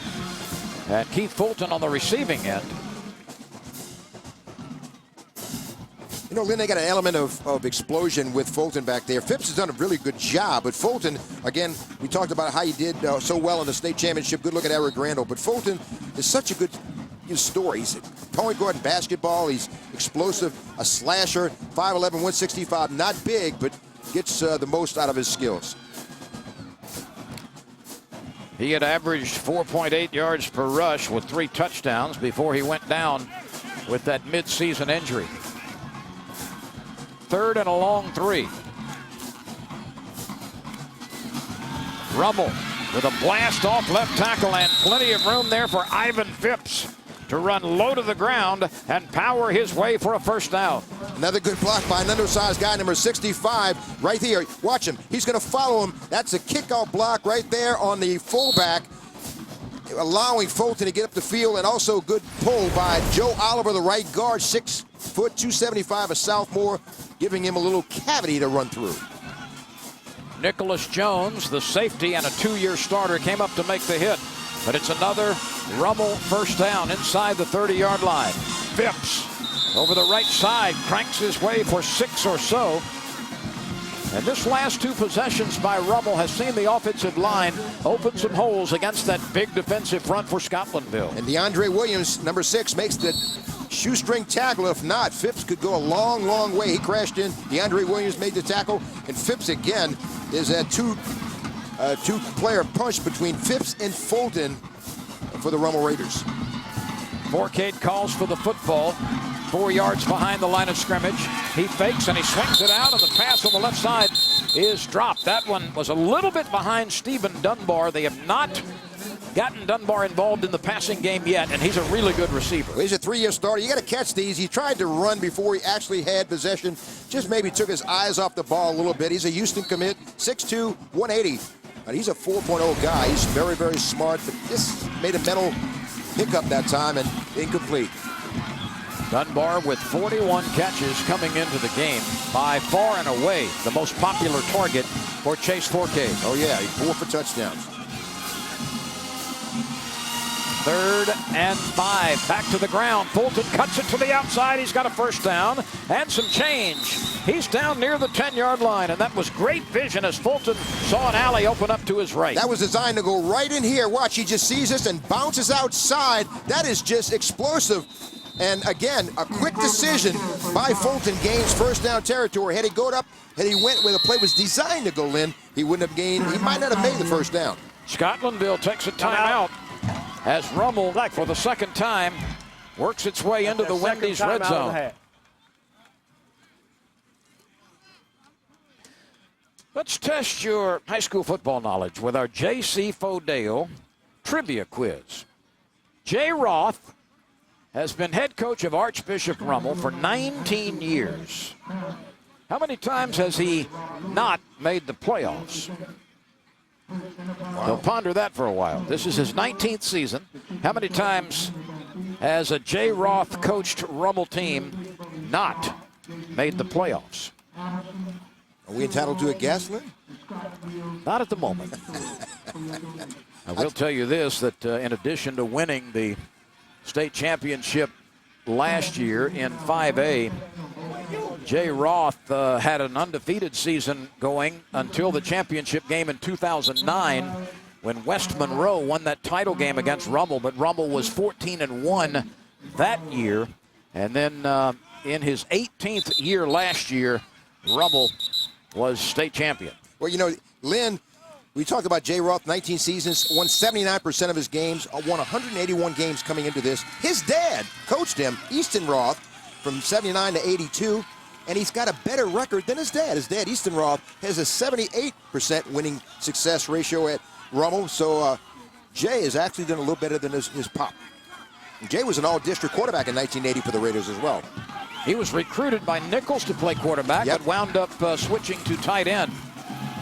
From the Wendy's red zone, Scotlandville rises up at the line of scrimmage and takes down the ball carrier, Ivan Phipps.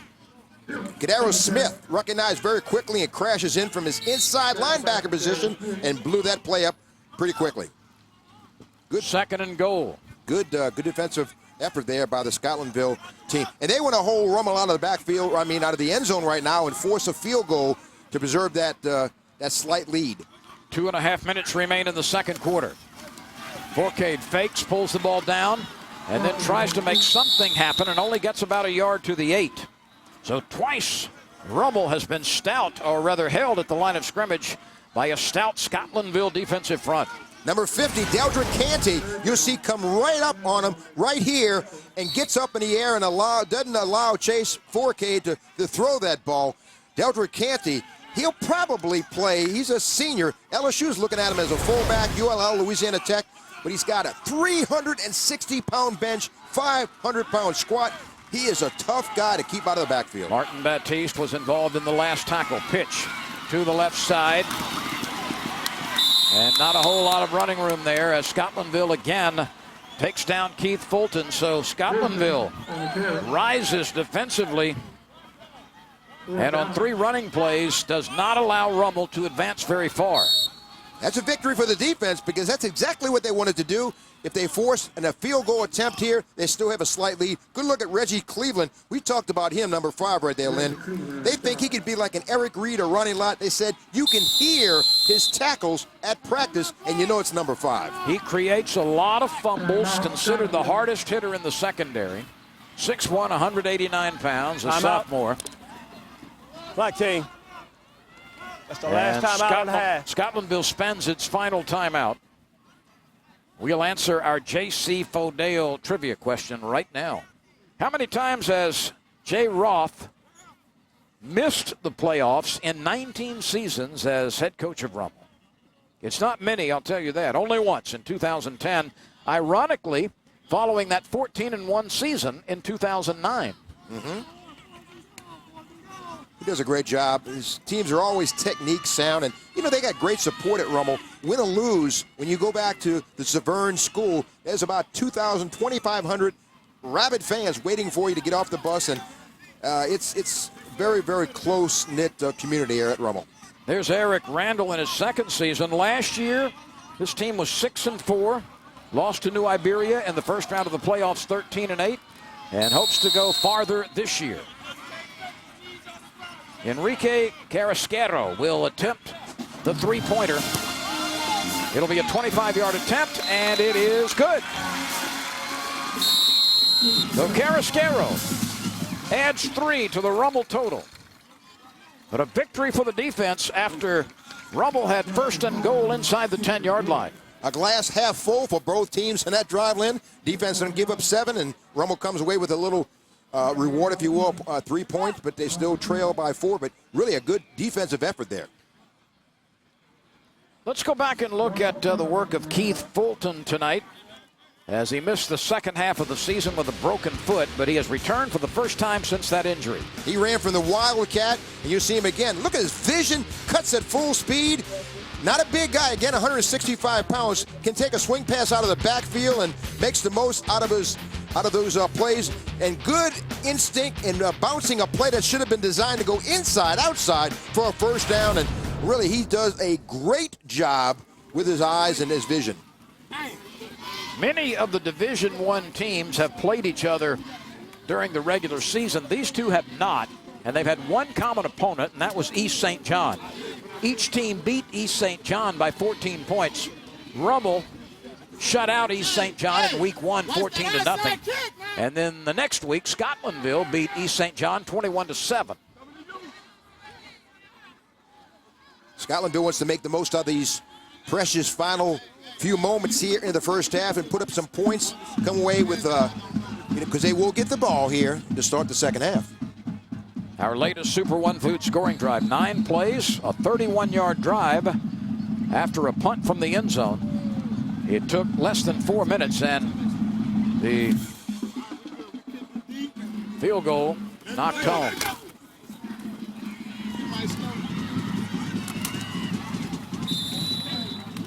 Not much running room there.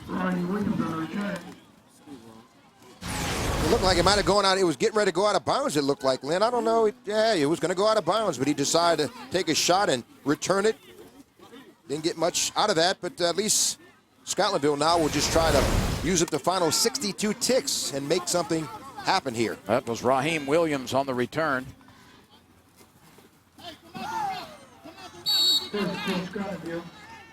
By the way, the field goal was kicked by Moraine. I said Enrique Carrasquero, but it was Justin Moraine who knocked home the field goal for Rummel. This pass grabbed out into the flat. And not a whole lot of working room there on the right side. That was great pressure supplied by Briston Guidry, and Matthew Kennedy dropping from his left defensive end position to make the tackle for a very minor gain. Delmas Holmes on the receiving end. The clock is moving as we play with less than half a minute remaining in the second quarter. 2nd and 8 after a minimal pickup. Williams keeps it. And he is dragged down at about the 27-yard line on what could be the final play of the half. Did he go out of bounds? I think they do stop the clock with 13 seconds remaining. That was a very determined run that time by Williams. Darian Williams shows a lot of spunk for a 5'9", 183-pounder. He'll get a chance. He's making an academic scholarship, Lynn. He's got over a 3.5 GPA, so he'll be playing or attending college at no expense. He is very serious about attending a college with a good engineering school. Williams is flushed, rolls to his left, pulls it down, and now is twisted off his feet near the line of scrimmage on the final play of the second quarter. So we have had a very even first half. 14-10 Scotlandville leads. Let's check in with Aaron Cofield with Coach Eric Randall. Aaron? Coach, you jump out to the 14-0 lead, but Rummel slowly chipping away. What changed? Sure, they the defending state champions. That's what changed, and I think that we're trying to learn how to will our way to get to a point to where we can come out victorious. But hey, it's going to be a heavyweight fight. We told them. We watched Muhammad Ali all week, and I'm having fun with this. But it's just going to be a knockout. I mean, who's going to knock each other out? Who's going to take each other's best blow? So we expected that out of Rummel, certainly. All right, good luck in the second half. Thank you. Guys. Well, Eric Randall's team leads with a 4-point lead at home. It's Friday night football on the way to the championships in the Superdome. We're at Scotlandville tonight. 14-10, the home team with a 4-point lead.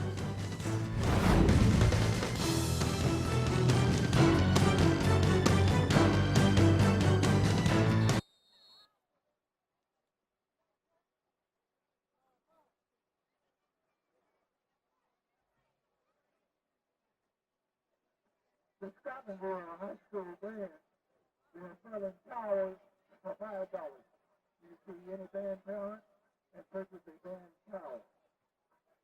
Also, the Scotlandville band parents again would like to show their appreciation and thank you for Perks Enterprise, Tony Seafood, Chicken Chuck, Mr. Independent, the Roosters, the Do It Big Buddy Shop, Mr. Jason Hughes, Allison, Phil Brookie, and Scotlandville Convenience Store.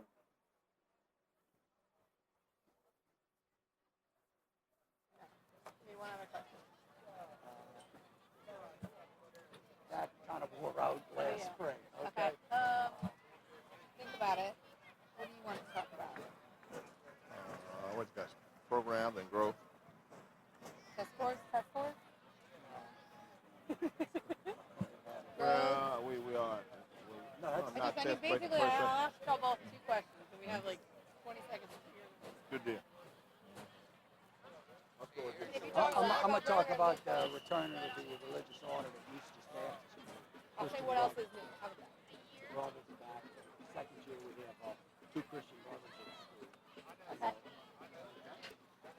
Can you come closer here? Yes. So you want to do growth, and what else do you want to do? Programs.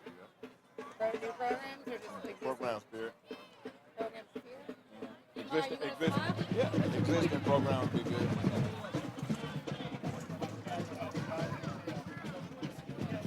All right, I'm going to read this, and then we'll talk to you in the... The New Orleans Saints LHSAA Game of the Week on Fox Sports New Orleans is presented by the New Orleans Saints, title sponsor of the Game of the Week, by Talkin' T-Shirts, official merchandiser of the LHSAA, by Coca-Cola Zero, real Coke taste and 0 calories, by Green Clinic Sports Medicine and Orthopedic Surgery, regional healthcare partner of the LHSAA, by the Louisiana National Guard, protect what matters, and by Blue Cross Blue Shield of Louisiana, the card accepted by more top doctors. It's 14-10 Scotlandville at the half on the New Orleans Saints LHSAA Game of the Week. This is the Louisiana National Guard halftime show. I'm joined now by the principals of both schools. We'll speak with a visiting principal first. This is Mike Scalco of Rummel. Talk to me about some of the new programs at Rummel this year. This year we've started a new STEM program where we're offering biomed and pre-law, and next year possibly, or the year after, a pre-engineering program. We also started this year a dual enrollment program with Southeastern University where you can earn as much as 15 college hours when you finish high school that you'll be able to take to any state college in the state of Louisiana. So we're very excited about the fact that we have these programs in place and we are offering them this year. Along with the return of the brothers, this is the second year the religious order, the Christian brothers, are back on campus. We have 2 brothers. One is a president, and another brother is on staff also. Along, Brother Gail is our president. Brother Michael Lividay is the other brother that is at Rummel also. I know the athletic programs are a very big deal. How exciting is it to see the way that the community really rallies around your teams? Well, it was very exciting, especially to after 52 years, the team won state last year, and it was a real excitement, and everybody that lasted from December until the springtime. So it was a good feeling and really nice to finally win that trophy. All right, thanks so much. Switching gears now, this is Howard Davis, the principal here at Scotlandville High School. Scotlandville Magnet High, this is one of the schools in the Baton Rouge area that's really experienced a lot of growth.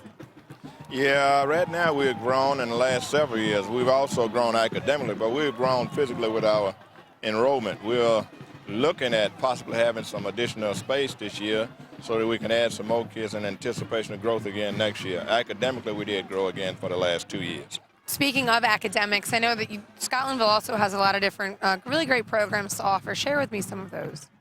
Well, we have a comprehensive program with neighborhood kids. We also have our academic magnet, our AOE Academy of Engineering, and we have a law offering degree out here too. And so what we do, we have a good mixture, we think. We like it.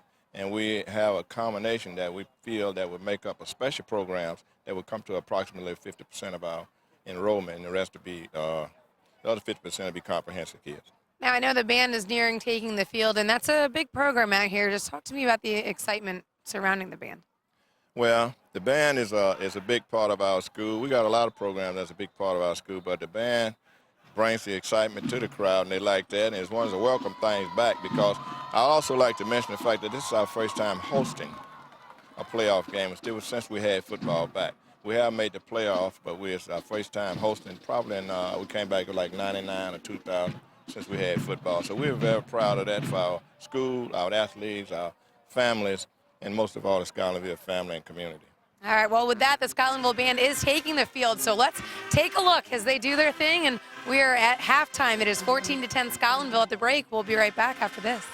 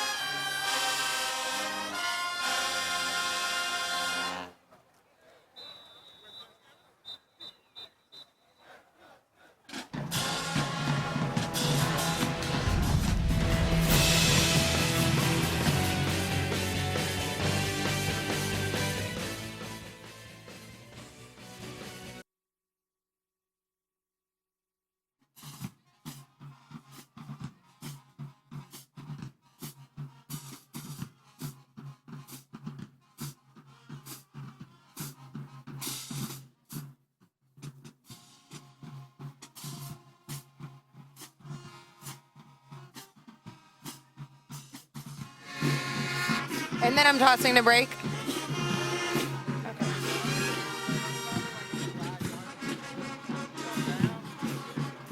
Oh, we're gonna rock out to this one.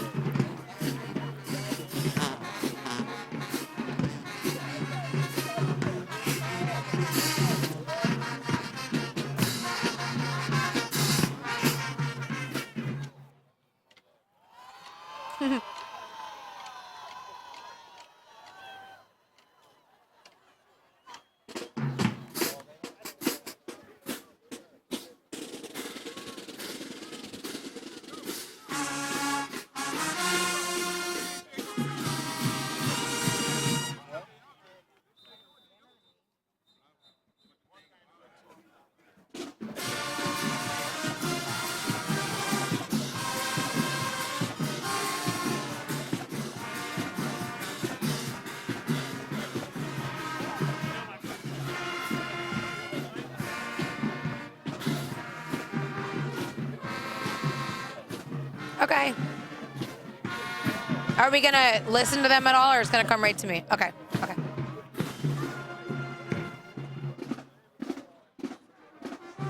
For football? What do you want us to do first, though? The volleyball stuff? Okay. It's 14-10 Scotlandville over Rummel at the half. This is Louisiana National Guard halftime show. This game, a quarterfinal game out of the Division I bracket. I am joined now by Jarrett Roser, who is a writer for NOLA.com and the Times-Picayune. Jarrett, this past week has been a very busy one for you. I know you were at volleyball, you were at cross country. Share with me some of the highlights, starting first with the volleyball. I just love any time of a season where you get to that state championship time. It's my favorite part about covering high school sports, because you get the high school sports so much more personal. You get to get some sort of a relationship with the kids and the coaches and stuff like that. The Pontchartrain Center was crazy. All the volleyball, one of my teams, St. Joe's, shout out to the Red Stickers, ends up beating a fantastic Mount Carmel team in Division I out there. St. Thomas More and Turlings both win state championships. And then Newman and Country Day win state championships as well. Great seasons for all of those teams, and absolutely great atmosphere out there. And then turn around and head straight up to Natchitoches for cross country. Same sort of deal. Just there were a lot of crazy races, and particularly the 5A race there. And just there, more state championships than you can probably name there when you talk about the individuals and all the teams. But just so many great performances. And now swimming's going on. My coworker Kelly Morris is in Sulphur taking care of that. And we're just gearing up closer and closer to the Dome. And that's one that everyone gets excited for. We're going to get a lot of these bands like this, get everybody hyped, and I'm looking forward to more of this. All right, well, we have some scores to look at. I know Jarrett and we haven't really seen much of what's going on, so let's take a look at the Division I playoff bracket first. I see St. Aug is up by a lot. Holy Cross, up big on Catholic, and that's the one that I did kind of notice. That's our other Baton Rouge rider, Mark Clements, is out at that one. And I'm kind of surprised, not necessarily that Holy Cross has a lead, but by the lopsidedness of it, for sure. All right, and I know we also have the Division II playoff bracket to take a look at. So I see John Curtis up very big over St. Charles, Evangel over St. Thomas More, Notre Dame and Parkview. That's a matchup. I think we see that matchup every single year. Notre Dame against Parkview. I think that's a rematch of a dome game from last year. And then U-High is just doing their thing, 41-9 over Turlings. Your thoughts looking at that? Yeah, that U-High score is interesting enough because U-High and Turlings opened the year against one another, and U-High scored the first 41 points. Now they've hung 41 in the first half again. And the Notre Dame Parkview game, obviously those teams have played each other so often over the last few years. Like you mentioned, Parkview lost so much from that game last year, and Notre Dame had a lot back, and I'm sure those guys remember being routed in the state championship game last year. And so far, so good in Crowley for those folks. Shout out to my friends, the Hunleys, that I always like to talk about when Notre Dame comes up. Their uncle Louis Cook doing a good job so far tonight. All right, thanks so much, Jarrett. Well, we are nearing the third quarter here on the New Orleans Saints LHSAA Game of the Week. We'll be right back with stats and highlights. See you in a minute.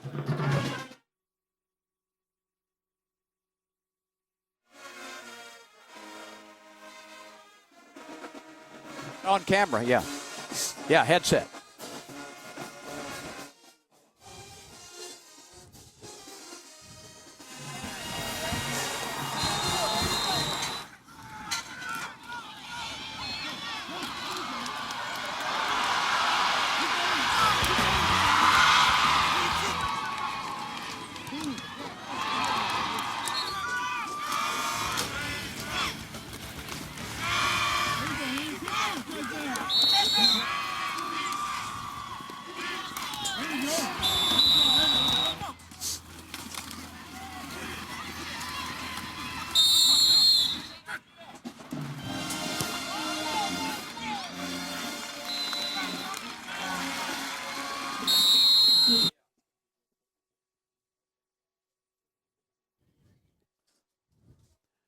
$60 seconds.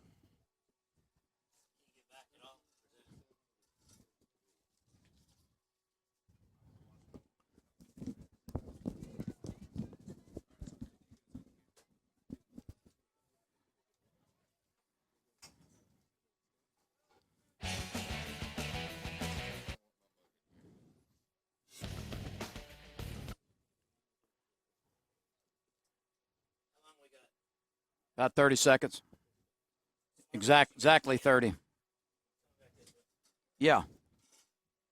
They were asking me up here how long. Thank you.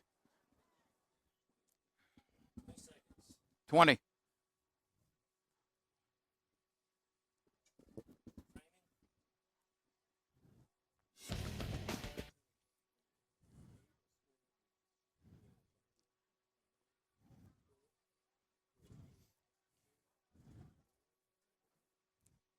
Scotlandville 14, Rummel 10. It's halftime.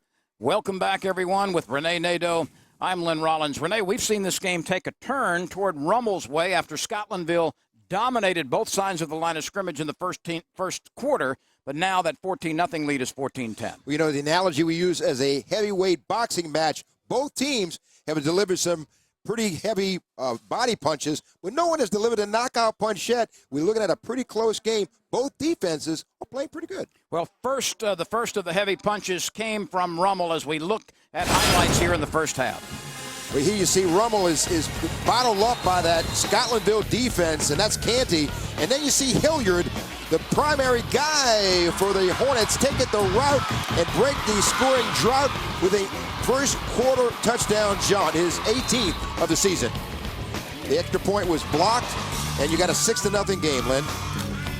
Coming back with another touchdown, again by Hilliard, his second of the game, and just a determined run, 2-point conversion on a slant pattern.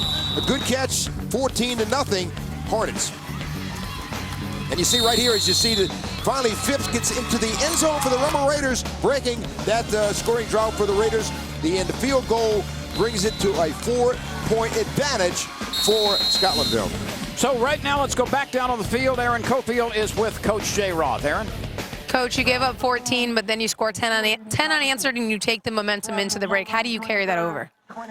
Well, to start the second half, we've got to get off the field. 3 and out, Scotlandville, so we can get the ball back. I mean, we started the game, they 3 and out at us, and they took the ball down and scored. So we got to turn the tables on in this half. What did you see in your team, just in the way that they responded, being down 14-0? Well, it's the third time this season we've been down first quarter. We just didn't come out, or they just came out and took it to us the first quarter. And we responded, so hopefully we can keep playing like we've been playing and try to get it done in the end of the game. All right, good luck in the second half. All right. Guys.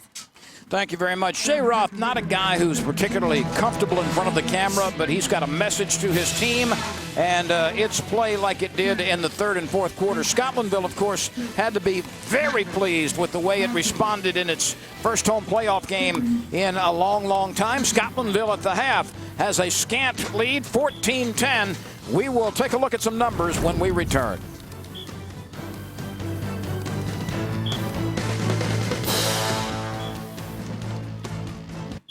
Scotlandville deferred, and they will receive.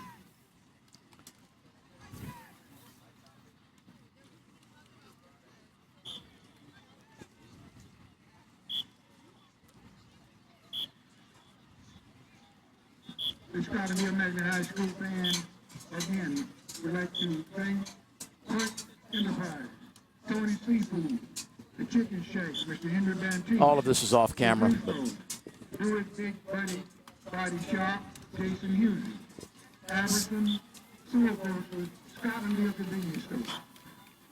The band is also selling fun towels for $5. See any parent or member of the band and purchase a fun towel.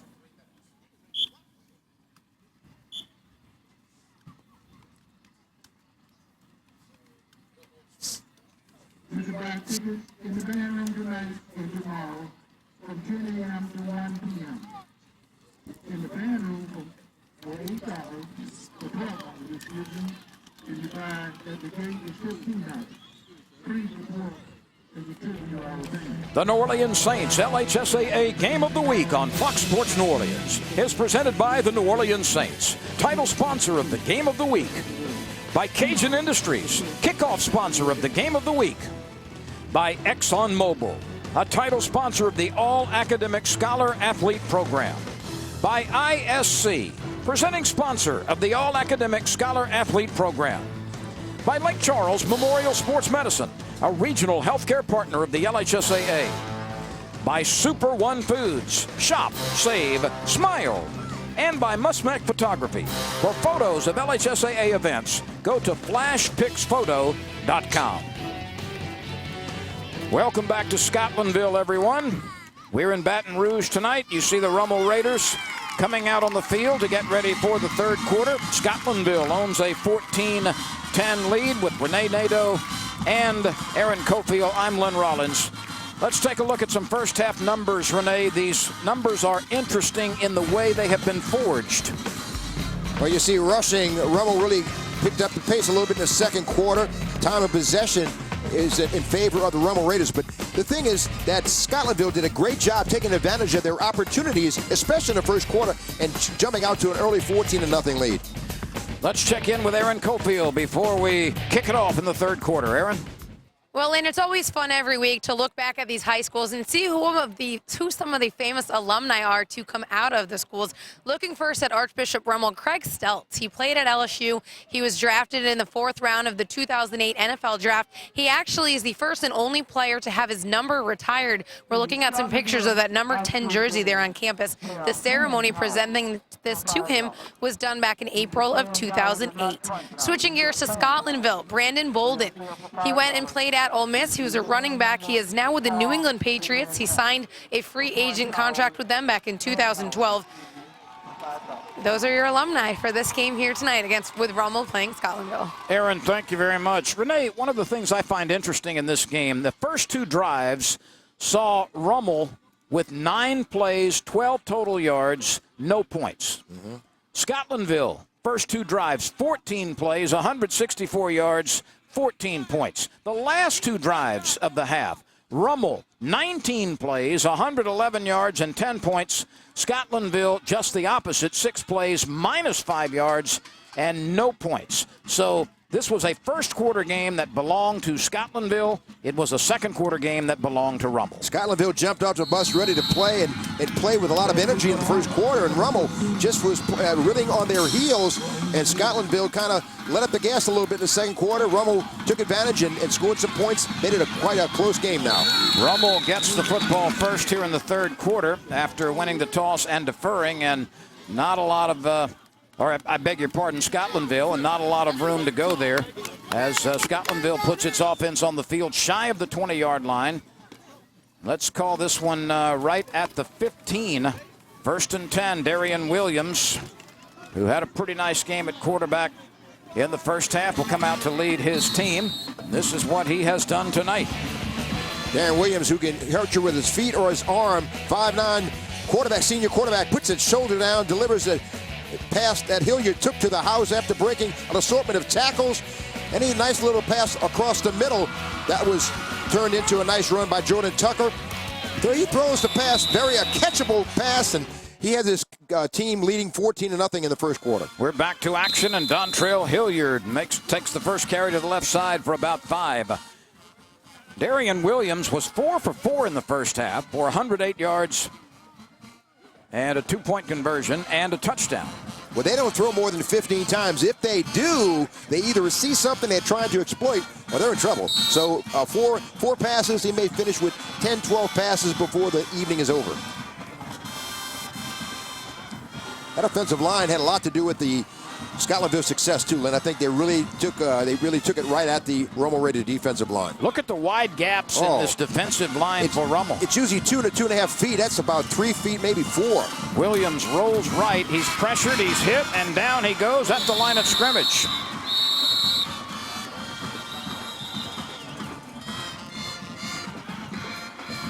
So Rummel, which played much better defensively in the second quarter, has a third down opportunity. Look at the splits, Lynn. Right here, usually it is a 2 to 2.5 foot split. Right here, that's about 4 feet or more. And that opens up, that spreads out that defense and gives them more opportunity to run up the middle. That is very, very wide splits. Texas Tech is one that has like 6 feet between their offensive linemen. Scotlandville is 1 for 3 on third downs. The pass over the middle is caught by Jordan Tucker for a first down. He's across the 35, out to the 37-yard line, and Williams has not missed through the air. Again, look at the big splits right here. Look, that is like 3 or 4 yards for sure. And it just opened things up. Very soft in coverage supplied by Andre Tolliver. Allowed that slant pattern. Jordan Tucker with the catch for a first down. That was good for 15 yards, and Darian Williams is 5 for 5 for well over 100 yards tonight. The bulk of that, of course, coming on the swing pass to Hilliard, which covered more than 70 yards to the end zone. You know, when they split like that, Lynn, they invite that defensive end and outside rushers that has to pull them outside. Tougher to get to the quarterback. Here's the speed handoff.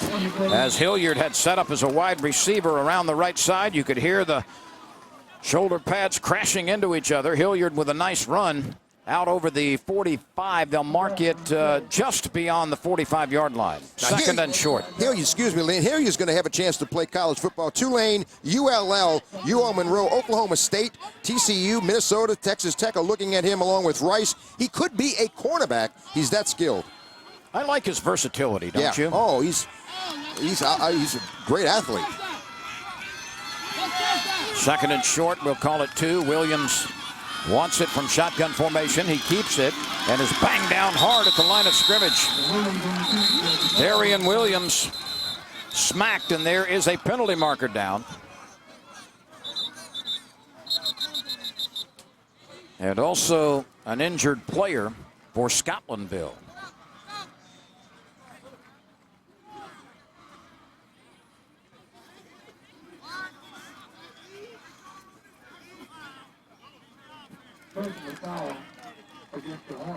It's a personal foul against the Hornets. So a 15-yard penalty against Scotlandville. That's some beef up there, Lynn. Woo. Ivy Givens, the biggest man in your picture, number 79, 6'3", 326 pounds. Winston Collins next to him, 6'5", 281. You know, Givens, I like to say, you look at his birth certificate, Lynn, I think his date of birth is April 3rd, 4th, and 5th. Personal foul against the offense. 15-yard penalty from the spot of the foul. Still third down. It's a big guy. Well, that was a dead ball personal foul, too. The Raiders have been penalized 4 times, and so have the Hornets. But the dead ball personal foul brings up third down, and the ball is back at the 29-yard line. And you look at this play a lot differently when you're that back. That really backs you up and takes you out of a lot of things that you'd like to do and forces you to do some things you may not want to. 3rd and 17. Let's see what Scotlandville dials up. 2 receivers at the top of the formation. One coming this way now. Williams is pressured, and down he goes.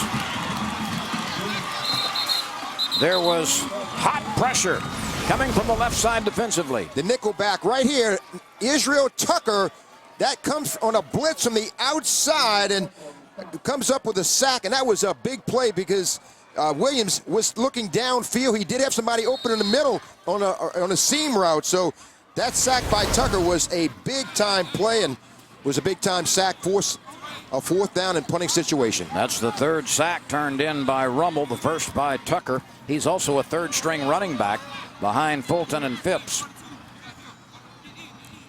So 4th down, and the quick punt is away, bouncing along, picked up at the 40-yard line. And there is a penalty marker down as the punt is returned to about the 46-yard line, but let's check the flag.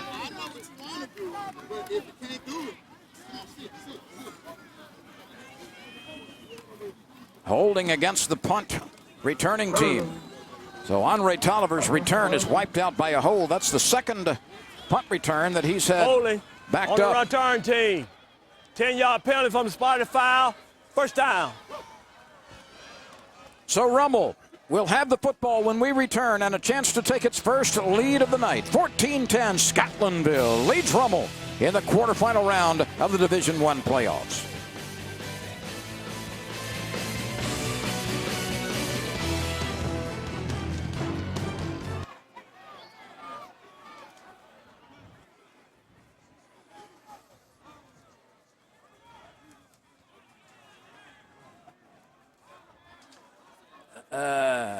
Where the hell is this stuff?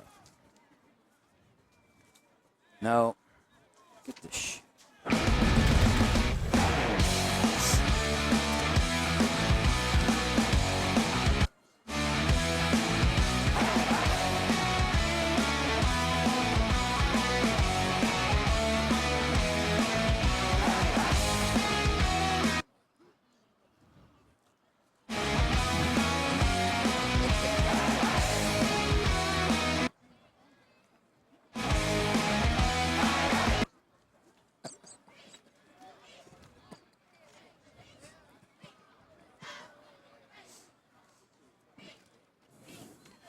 The sports and highlights show you've been waiting for is here. Fox Sports Live, as Jay Onright and Dan O'Toole are joined by Donovan McNabb, Gary Payton, Andy Roddick, and Carissa Thompson to bring you everything you need to know about the world of sports.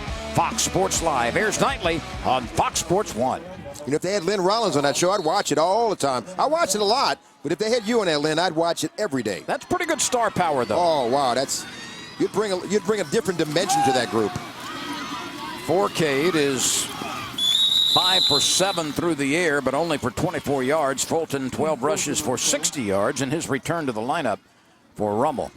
You know, we talked a little bit about what kind of athlete Chase Forcade is. Just a sophomore, starting catcher as a freshman, hit .346. It's a 5th to 6th hole hitter. His dad, Keith, was drafted. Keith played at Ole Miss and the New Orleans Saints. Keith was drafted by the Cincinnati Reds, but took a scholarship, played linebacker with his brother John at Ole Miss. But, you know, the thing is, Chase is an aggressive catcher, and it carries over to the football field. Well, he's only a youngster who became a starter in the 3rd week of the season. And here's Stephen Dunbar as they finally get the ball to him in throwing formation. That's his 42nd catch of the season. And a nifty bit of running right here. Good block on the outside, and Dunbar is just little dance moves, gets up the field for a first down, and Chase Forcade just delivers the ball right where he needs to. That was a good block by Keith Fulton, who's carried the ball quite a bit and shows he's got a skill at blocking as well. Dunbar was not able to reel in a similar throw in the first half, but that time he made the catch in the right flat and turned upfield for 15 yards. And Stephen Dunbar is a guy they just like to get the ball to in a variety of ways. They like to use him in short passing almost as an extension of a handoff if necessary. And you see we've got an equipment malfunction on the sideline with the stakes and the 10-yard chain. That's important. You know, Dunbar had 6 grabs for 119 yards and a touchdown last year against Barb in the Superdome in the state championship game. He's that money receiver. 2 wide receivers at the top of the formation. Forcade throws it out again to Stephen Dunbar, this time on the left side. And Scotlandville is there waiting with a nice tackle by Donald Freeman, and he is an ever-active linebacker. He is all over the place, very intelligent. As you said, he's got some good speed. He's a 400-meter guy. Also on the relay, he was helped by Tyrell Anderson from his cornerback position. But what a good player Donald Freeman is, just a junior, 6'3", 221, good speed. Good look at Eric Randall. He's played a few Bayou Classics when he quarterbacked the Jaguars against Grambling. He's looking forward to that next week. 2nd down and 7 for Rummel from near the 40-yard line. And the handoff goes to the left side, and still churning for yardage is Ivan Phipps. And this is a stretch play, and what it does is you see this blocking, and what a stretch play does is invites you to run it back, cut it back against the grain, and it's just a dance move. It's just synchronized among the offensive linemen, and what that offensive back needs to do is use his vision and look for the crease and cut it back, and that's something that Phipps is good at. Ivan Phipps is an impressive runner after contact. He had 176 yards against Jesuit, 125 in 4 of 5 games this year. Fulton straight ahead from a very deep starting position. He was at least 7 yards behind the line of scrimmage as the tailback. And did he get enough? This will be very close. Sam, I'm impressed with that defense of Scotlandville. They have made Rummel work for everything. Sean Beauchamp is the defensive coordinator. His dad, Al Beauchamp, was a linebacker in the NFL with the Cincinnati Bengals. Yeah, I remember him very well. He was a hard-nosed linebacker, Al Beauchamp. 4th down and a yard to go. Everybody stacked up close to the line of scrimmage. Forcade changing the cadence, trying to get an offside penalty. Hands it off. 1st down over the left side and some more. So on 4th and 1, Rummel sends Phipps to the left side for the 1st down. And this is good blocking right here. Number 58, Andrew Walters. And on the outside, again, 62. That is good blocking. 82 as well. Delivered a good block to tight end Todd Weller. So that was good power football displayed by the Rummel running attack. Ivan Phipps may very well have had the 1st down with the initial surge, but Renee, that vision which allowed him to bounce it to the left side picked up 7 or 8 more yards. He's more quick than fast. We've got a timeout of the 3rd quarter with 4:17 remaining. Scotlandville is holding on to a 14-10 lead over Rummel, but the Raiders are driving.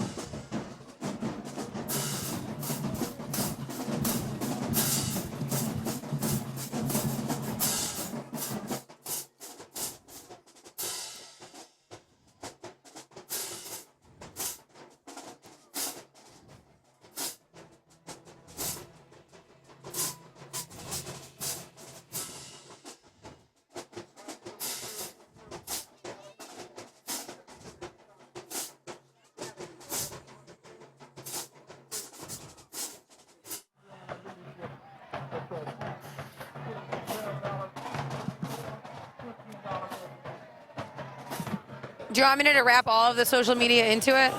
Say they're on Twitter and they're on Facebook and they have an app? Okay.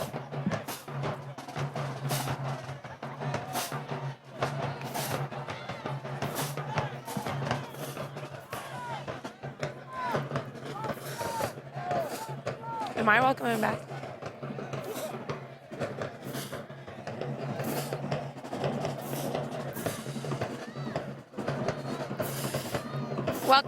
Well, welcome back. We are in Baton Rouge, Louisiana for the New Orleans Saints LHSAA Game of the Week. I want to share with you, the LHSAA has a number of different social media platforms and ways you can reach out to them. From Twitter, you can tweet at LHSAA. They're on Facebook. Just type in the search LHSAA. They also now have a mobile app, which I've downloaded on my iPhone. It's really very cool. It's got a lot of different scores from area teams. Right now, it's got some basketball scores on the main screen. You can brag on your team. You can talk about how well they're doing. You can get directions to visiting schools, which right now during the playoffs, that's really a big deal, guys. I know that you both still have flip phones, and for Christmas, I'm going to get you some phones just so that you can download this app, guys. All right, Aaron, I look forward to that. It'll take me 4 months to figure it out. Keith Fulton on the way down the left side, and he is bumped out of bounds just short of the pylon. What exciting run by Keith Fulton, and he bounces it outside. Good blocking, and you see just a good kick-out block right there. That's by by Thomas Archer, allowing Fulton to get outside of the pursuit, and he came real close. But you see, he fumbled it out of bounds. You know, if he fumbles it inside that pylon, you're looking at a situation that the New Orleans Saints, good thing it's here and not over here. He fumbles that ball inside that pylon, and Scotlandville has the ball at their own 20.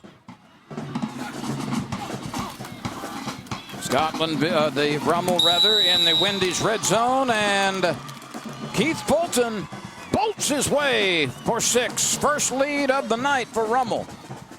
Keith Fulton, his fourth rushing touchdown, and this is just power football. He just follows, good block right there on the outside, and that's 63.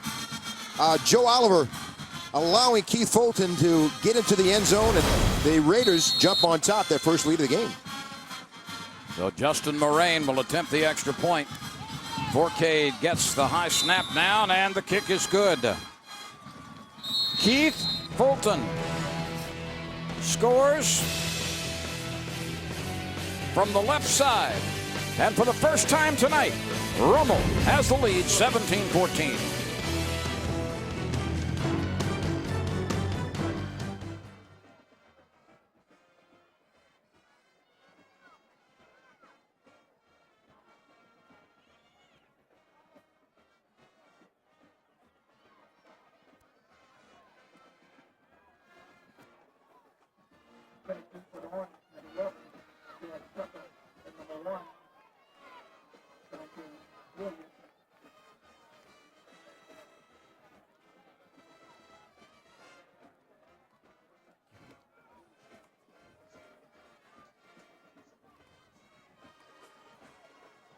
Yeah, yeah.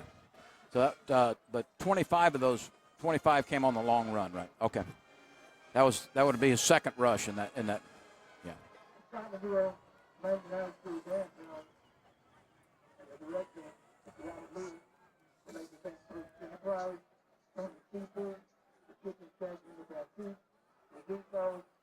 Rummel 17, Scotland 14. The Raiders have scored 17 consecutive points after falling behind 14-0. Our latest Super One Food scoring drive, 8 plays, 62 yards. In less than 4 minutes, Fulton scored on a 2-yard run. In the drive, he rushed 3 times for 30 yards. The big one, Renee, was that 25-yard scamper down the left side. That was a big play and set up his 24th career touchdown as a Rummel Raider. So now let's see how Scotlandville responds as the kickoff is taken at about the 5-yard line. And Jordan Tucker, going from one side of the field to the other, works it out to about the 18. Let's take a look at this Rummel defense, which has been warming up to the task. Matthew Kennedy, number 41, pushes the pocket and collapses the pocket and causes a sack. Good blocks, good blitz right there by Delshawn Moses, number 3. And this is a big-time sack by Israel Tucker on the sack, the 3rd sack of the game by the Rummel Raider defense. Good look at them right there. They've really taken it right at Scotlandville since the first quarter, and it looked like a switch has gone on the second quarter for these Rummel Raiders. 3:46 remains in the third period. Rummel surrendered 14 points, but has scored 17 straight. Let's see if Scotlandville can get reestablished at the line of scrimmage. Not a lot there. for Dontrell Hilliard, but he is capable of taking it for 6 points on any touch. He's had 2 touchdowns tonight. One on a swing pass that he turned into a touchdown catch and run of more than 70 yards. You know, just like Eric Randall said, this is like a heavyweight boxing match, and both these have come up with a big play, but no one has come up with the knockout punch yet. And we're looking at a 3-point advantage for the Rummel Raiders. Still a lot of football to be played. And flags and whistles stop this play, perhaps premature movement against Scotlandville.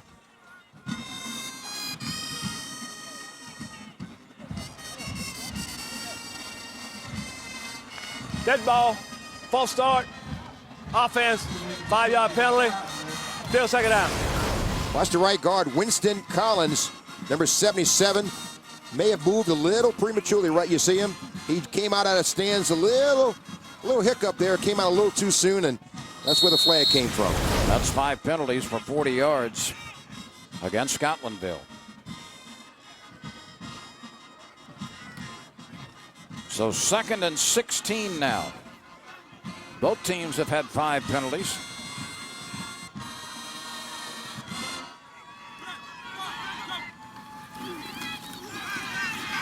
Williams throws it over the middle, and it's incomplete. Jordan Tucker was unable to hold it. You see, it was just a delivery right here. He should have had that, and that was pretty good coverage supplied by Kristen Fulton. But he made a good break on the ball and stuck his hand between the outstretched arms of the intended receiver, Tucker, and knocked it away. Good play by Kristen Fulton, just a sophomore. That's the first incomplete pass by Darian Williams tonight. He was 5 for 5 prior to that one.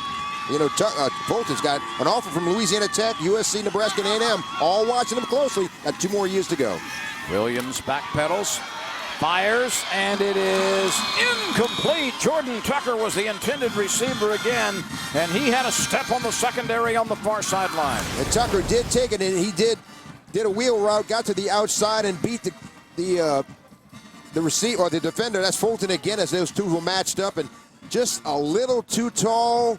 Wow, just about a yard too long for the intended receiver, Tucker, and that was a nice throw by Darian Williams. You talked about the strong arm that Darian Williams has displayed this year, and the senior unleashed it that time. But Scotlandville fails to move with the offensive possession after giving up the go-ahead touchdown. A one-step approach, the kick is away. Tolliver makes a man miss at the 30 and is spun down near the 28-yard line.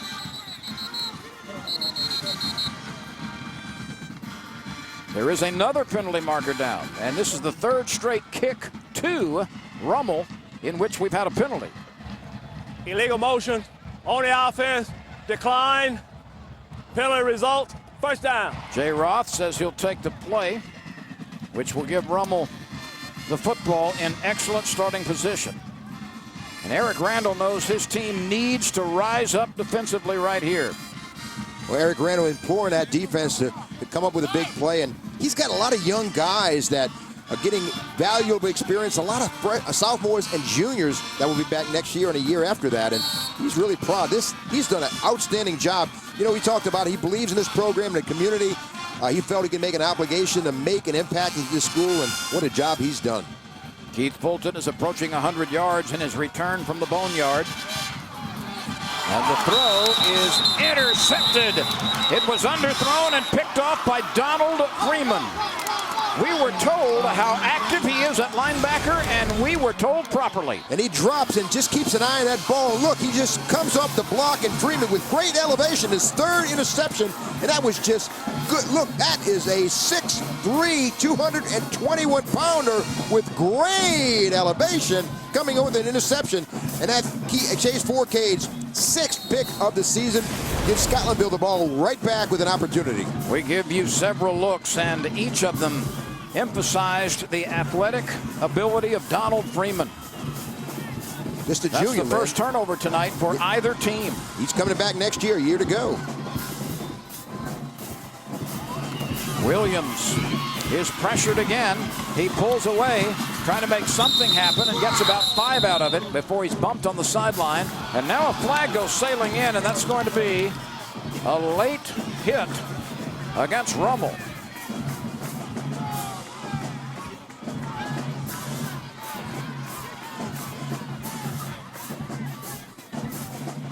A personal foul against the Raiders. This one is borderline. This is going to tack on 15, and as you see, Darian Williams is just going to break the tackle of Matthew Kennedy and get to the sidelines, and that was a bump, if you will, but it's going to... After the play, we got a dead ball, personal foul, defense, hitting out of bounds, 15-yard penalty, first down. Dwayne Eugene, a returning starter and a 3-year letterman at free safety, was charged for the tardy contact. And you see Marcus Randall right there, former LSU quarterback. First and 10. Williams rolls to the left, cuts loose, caught for a first down. A leaping grab by Caleb Harmon, the leading pass catcher, and you see why.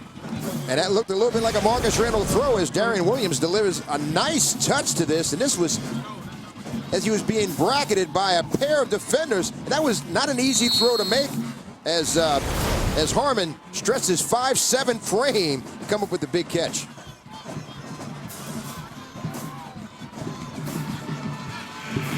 First down, Scotlandville, a team in need of some offense. Trailing 17-14 after a splendid first quarter, but not much has gone right for Scotlandville since then with the ball. Hilliard on the delay, makes one man miss. Up the near sideline, turns on the speed, and he's pumped out of bounds. Inside, well, they're going to mark it at the 23-yard line. A zigzag move, and he's a good broken field runner. He's going this way and cutting it back this way. Watch as Hilliard spin move, and he's on the outside, puts a little juke move on Andre Tolliver, and he did not run out of real estate. He might have run, would be kicking an extra point right here, but good explosion out of his cuts and a good spin move. He is the total package. And did you see him very swiftly change possession from his right hand to his left hand when he started up the near sideline? Protecting the ball from the defender.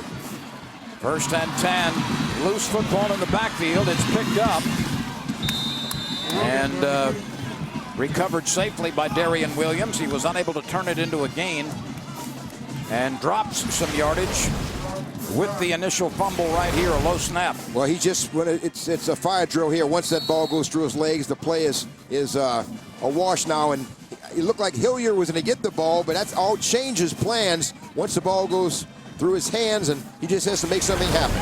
That's a loss of a couple, 2nd and 12. Less than a minute remains in an exciting third quarter. Scotlandville is trying to regain the lead after moving up by 14 and then surrendering 17 straight. Williams loops it downfield, underthrown, intercepted inside the 5-yard line. Andre Tolliver picks it off. The ball was slightly underthrown, and Andre Tolliver had defensive possession. And the Arkansas commitment comes up with his 2nd interception of the season as he throws it up there. A fade route, and Andre Tolliver uses his body to defend the offensive receiver and come up with the ball, and a little underthrown, but Andre Tolliver catches the ball at his highest point and takes it right out of the hands of Jordan Tucker. Jordan Tucker, he almost got a hold of it, but it was a good play by Tolliver. Jordan Tucker tried to turn and play defense, but Andre Tolliver evens the turnover battle at 1 each. You know, even so, he's committed to Arkansas. There's still a lot of schools looking at him. Nebraska, Oklahoma, Louisville, Mississippi State, Tulane are trying to get him to change his mind. This turnover comes inside the 5-yard line. Rummel slips it off to Ivan Phipps. Phipps is a sure-handed ball carrier. He's built low to the ground. 953 yards this year with 11 touchdowns and a very healthy average of 5.4 yards per running attempt. He talked a little while ago about he had 176 yards against the Jesuit Blue Jays, 159, and a pair of scores against Brother Martin. Makes good cuts at full speed. And see at the end of the third quarter, and Jay Roth has to feel good about where he is right now. So after trailing 14-0 in the first half, Rummel has scored 17 straight points. There are 12 minutes remaining. Into the third quarter. And those 12 minutes will decide who moves into the semifinal round next week. Rummel 17, Scotlandville 14 on Fox Sports New Orleans.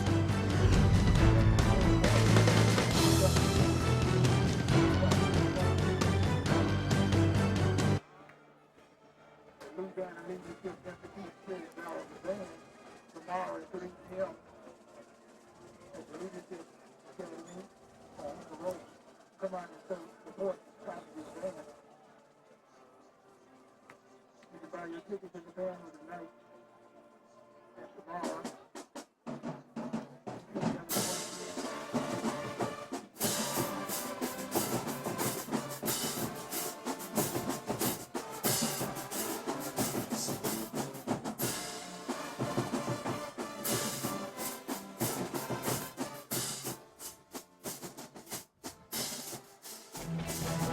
The New Orleans Saints LHSAA Game of the Week on Fox Sports New Orleans is presented by the New Orleans Saints, a title sponsor of the Game of the Week. By J.C. Fodale Energy Services, a proud sponsor of the LHSAA. By NOLA.com and the Times-Picayune, your source for comprehensive Louisiana high school sports coverage. By the Tulane Institute of Sports Medicine, a regional healthcare partner of the LHSAA.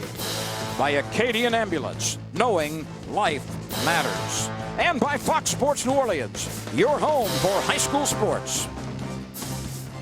Aaron Cofield is patrolling the sidelines. Analyst Renee Nadeau is next to me. I'm Lynn Rollins. Thank you for joining us as we get started with the fourth quarter. And Renee, it'll come down to this 12 minutes to decide who moves on into the semifinal round. And that guy right there, Chase Forcade, what a hard worker he is. He's done so much work, working on his drops, his footwork, his great desire to excel, and great work ethic.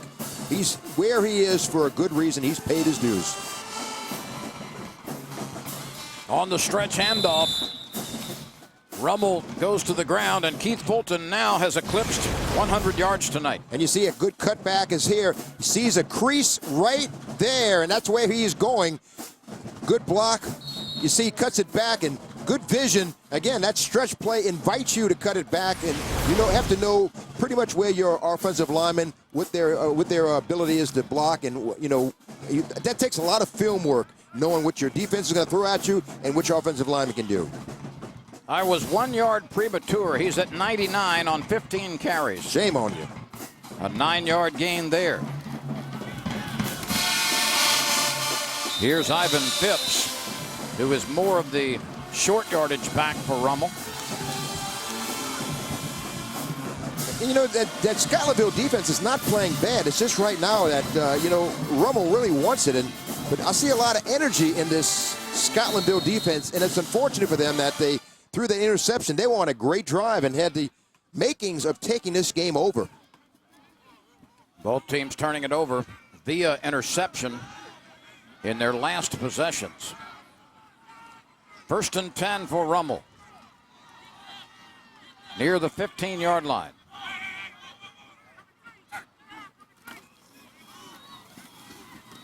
Ivan Phipps pops out of the backside of the pile, and he runs over the 30-yard line. Phipps appeared as though he was going to be stopped, and then all of a sudden, he came out of the melee. He squeezes out like toothpaste out of a tube. Where did he come from? Look, he squeezed out of there, and here he is out in the moonlight and takes a couple of would-be tacklers with him for a first down. Boy, that's some powerful pins under that waist. He's not easy to bring down with a 400-pound squat. He's a pretty nifty runner. He kept those pinions pumping for 17 yards. First down near the 32. 10:20 remains in the fourth quarter. And darting for a little bit of yardage through the left side is Keith Fulton, and he now is over 100 yards. And this grinding out attack is what Rummel does best, and they're going to eat up as much clock as possible. Certainly they'd like to put up some more points there, but it's going to really put Scotlandville in a bind if they don't get the ball back soon. They want to put some points up, and right now, Rummel, their offense is just ball control. 16 carries, 101 yards for Keith Fulton in his return from the midseason broken foot. Phipps, once again, gets very low to the ground and keeps driving ahead. He'll be short of a first down, but he's going to be about 4 yards away. Here's Keith Fulton, 16 for 101, 1 touchdown, averaging better than 6 yards per try. And he comes back after that broken foot he had against Dutchtown and shows he's back to mid-season form, and he's got some scholarship offers. He'll play at the next level. Renee, this is going to be an interesting call now on 3rd and a long 2. Will Forcade throw the ball? 2 receivers on the left side of the formation. Broken eye behind Forcade. And he hands it off to the up back, and it's good enough for the first down. And that was Keith Fulton. And they ran a run blitz. Look, all the guys coming up here, and he runs right in that open cavity in the middle where there was no black shirt and a little extracurricular there, but that was a nice play call and well executed. First down, Raiders. So Fulton lined up as the up back, took the quick hitter, and turned it into a first down. This will be the 8th play of the drive, which started very deep in Rummel territory after the interception at the 3-yard line by Tolliver.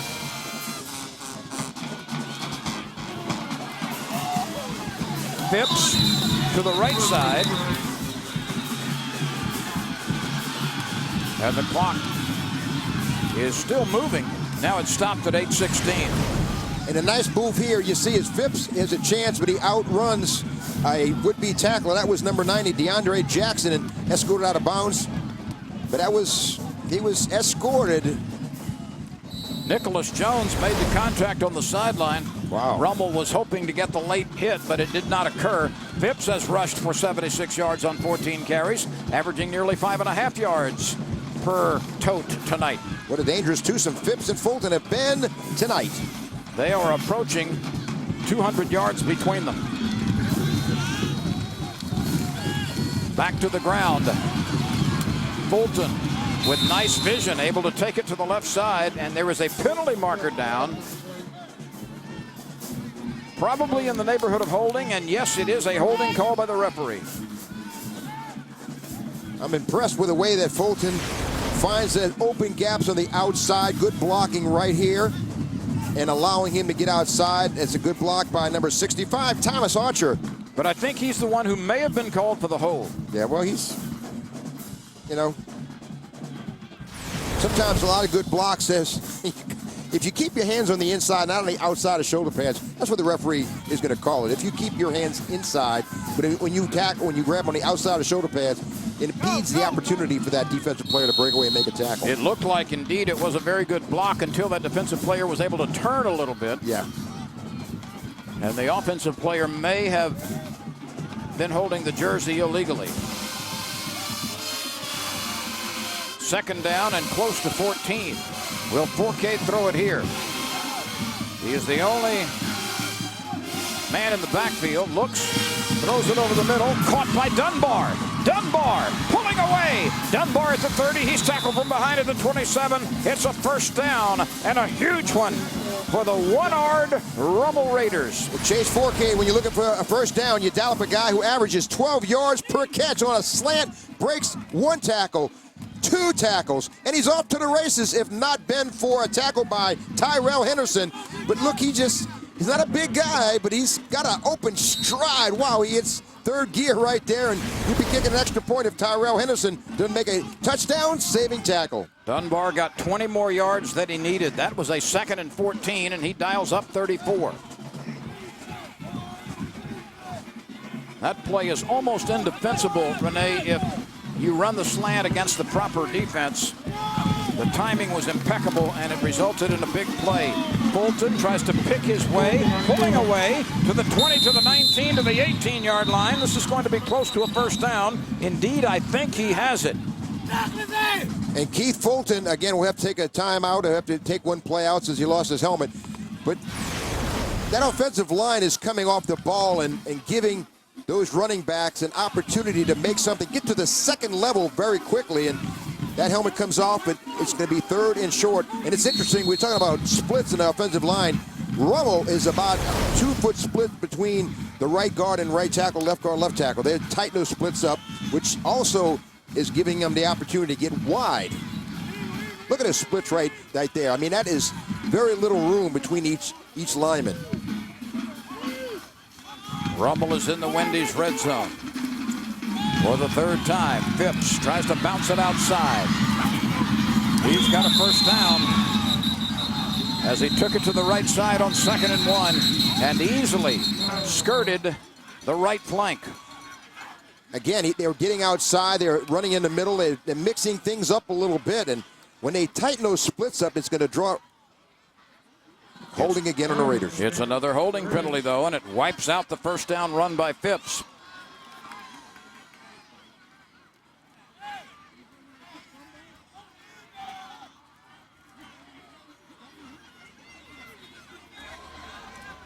Holding on the offense. 10-yard penalty from the end of the run. Still second down. And here's a look right here, Lynn. You see those splits are very wide, and it's make a narrow, and it's allowing that outside. Good block by Dunbar right there on the edge. That is a tough block. And that's the hole right there. Dunbar is what you see his hand. Oh, yeah, absolutely. Look at that hand right there on the back of number 10. That's where the hole came from. Great camera work.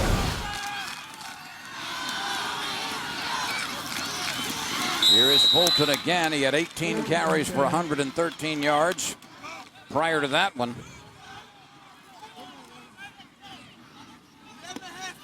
Good look at Martin Baptiste, Jr. Broke his ankle in mid-year last year and came back and did a great job. Solidified that linebacking core for the Hornets. 3rd down and 4 coming for Rummel as we move to the midway point in the 4th quarter. This drive is very long, Lynn, eating up a lot of clock.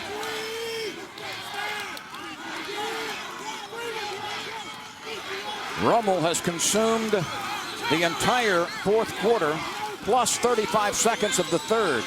Look at this outside here. There's nobody there, and that's... Here's Phipps to the right side, trying to drive for the first down. It does not appear he's got it. He may be a couple of yards short at the 21. They tested that middle, and Scotlandville would have no part of it. Put on the brakes, and Phipps was stopped for a short gain. 4th down. This is going to be that's a little long for a field goal. Not sure if they feel confident they can convert from that distance. It would be close to 40 yards. Justin Moraine hit one shorter than that earlier tonight, and they are going to go for it on 4th down. 4th and 2. And Jay Roth may have taken a timeout for Rummel. 4:52 remains. 17-14. Rummel.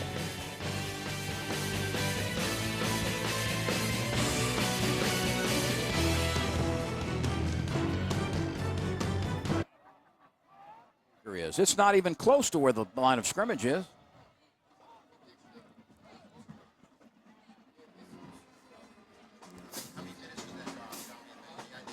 Yeah, they started with 35 seconds left in the 3rd, so it's 7.5 minutes.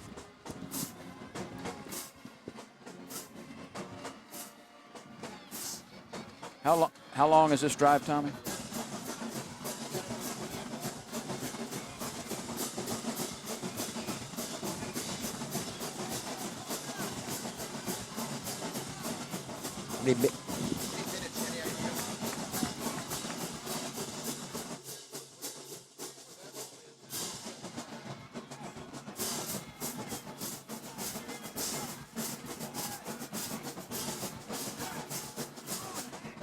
Let's go back and look at some highlights and what will be coming on the 13th play of the drive. And the first one is Phipps dragging people with him.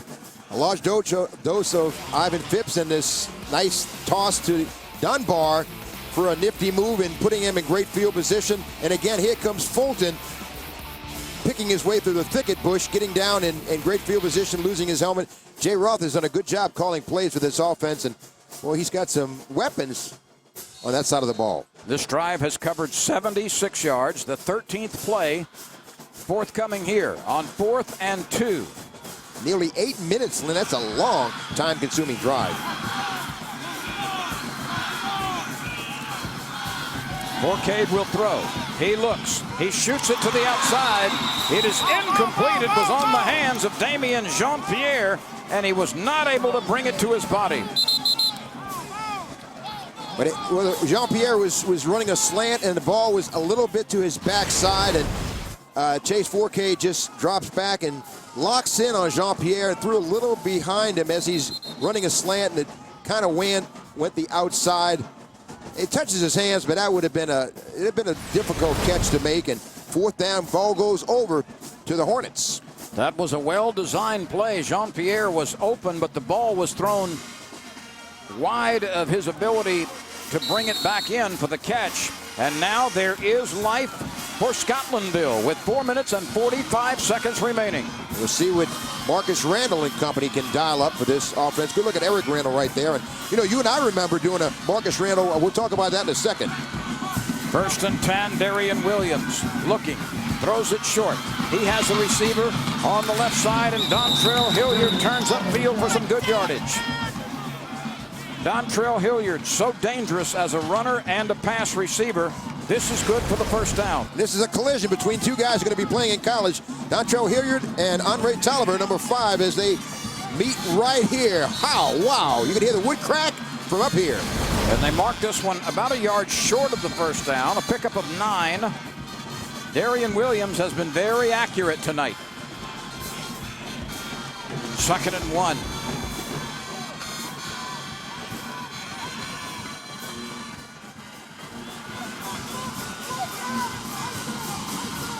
Williams calling for the football.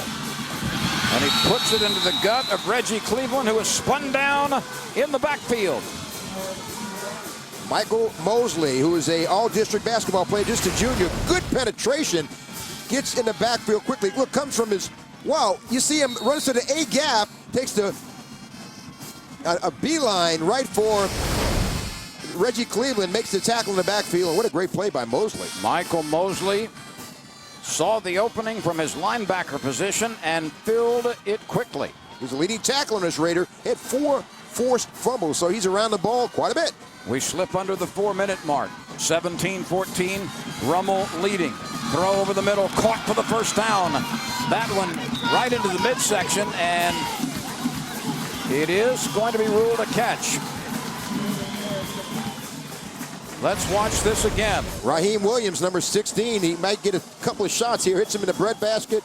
Wow, with his knees. Whoa! That's a highlight film if I've ever seen one. He caught it with his knees. It's the 1st down. It got in on his body and then rolled down his torso. He was able to control it between his knees. The officials give him the catch. Williams fires, caught. Another 1st down near midfield.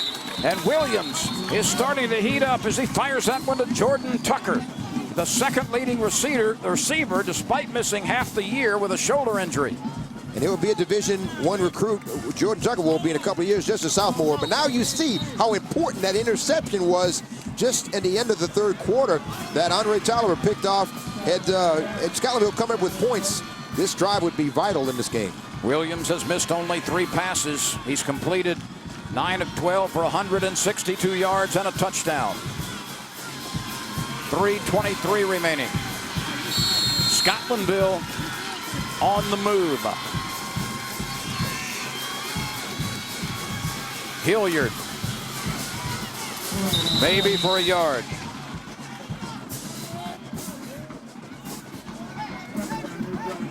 And Hilliard's taking the best shot of the Rummel Raiders. Had a couple of hits. Michael Mosley made first contact, and Dwayne Eugene came to clean up. And you see the see if we ever meet a field goal attempt, they get close enough. But this is going to be an exciting drive as you get under the 3-minute mark. And you and I remember doing the LSU-Florida game.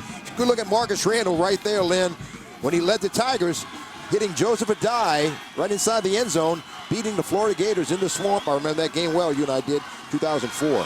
DeAndre Angram is the place kicker for Scotlandville. Williams is hit, stays on his feet, throws it incomplete. He had a legitimate target downfield. The ball came up short, but Williams avoided his 4th sack of the game. And Williams just pulled a little magic out of his hat reel here. He's got everybody, and another blitz coming from the outside. Again, that's Mosley, and he was in the arms of Tyrell Jacobs, number 98, the right defensive tackle. See number 98 on his back right there. And he had to get rid of the ball so quickly as Jacobs dropped his 6'3", 245-pound frame around him, forced him to throw. 3rd down. Big play here, Lynn. 2.5 minutes remain in the 4th quarter. And there is a timeout on the field. And it's taken by Scotlandville. Timeout. Offense. We've got an exciting finish brewing in Baton Rouge. Rummel 17, Scotlandville 14.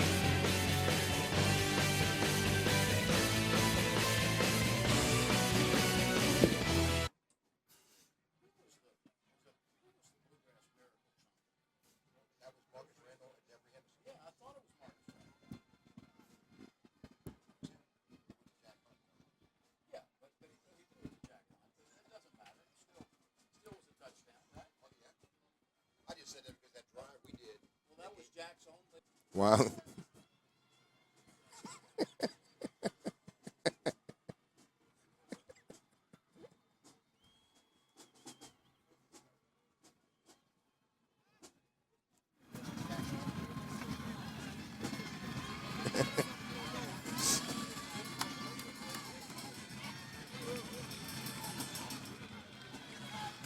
This is what playoff football is all about. We are in the quarterfinal round between these Division I heavyweights.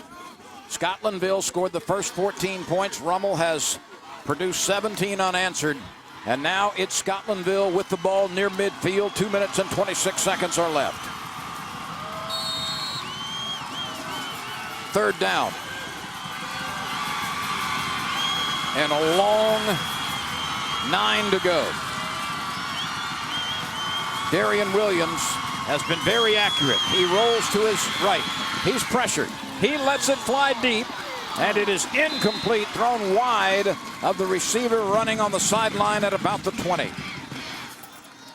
And the Hornets haven't run much vertical stuff, but they did this time. And Darian Williams just dials it up long distance, throws it, and lets his receiver go get it. Unfortunately, it was a little bit too deep for his intended target. Caleb Harmon was the target, but the ball was a couple of strides out of bounds, and Williams again was feeling heat from the backside. He was bumped as he delivered. It's 4th down now, the game on the line. Scotlandville is 1 for 1 on 4th down tonight. The Hornets need 9. Williams backpedals, blitz coming. He throws to the outside, incomplete, intended for Jordan Tucker, and overthrown. And the Raiders bring 4 that time, a delayed blitz from the linebacker. They rush 3, bring a linebacker on a blitz of the A-gap, and he was unscathed and got right in, as you see coming through the middle, right there, a delayed blitz coming from Delshawn Moses. Kind of really hurried his throw. Just thrown a little wide of the receiver. Good coverage supplied by Kristen Fulton of the Rummel Raiders. And the Raiders now with just 2 minutes and 13 seconds. And Eric Randall, they're going to go for the strip here and get the ball back quickly with just over 2 minutes to go. Moses applying some pressure on that delayed blitz. Last year he was a starting defensive end. He's been moved to linebacker in 2013. He does a good job in those blitzes, good timing, and Rummel sends the ball carrier up into the middle of the pile. This is Keith Fulton, who has turned in a 100-yard performance tonight. His first action since mid-year. That's it. Scotlandville calls timeout. Rummel leads 17-14. For the black team.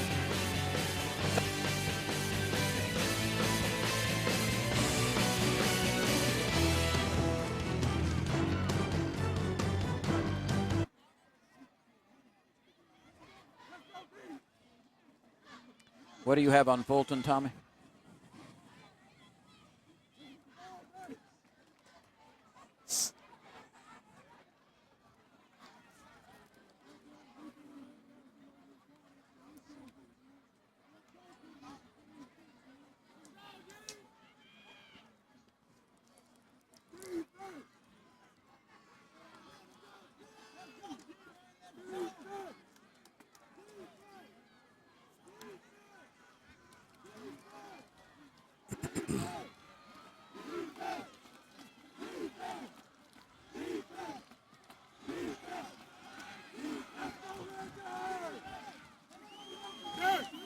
Okay.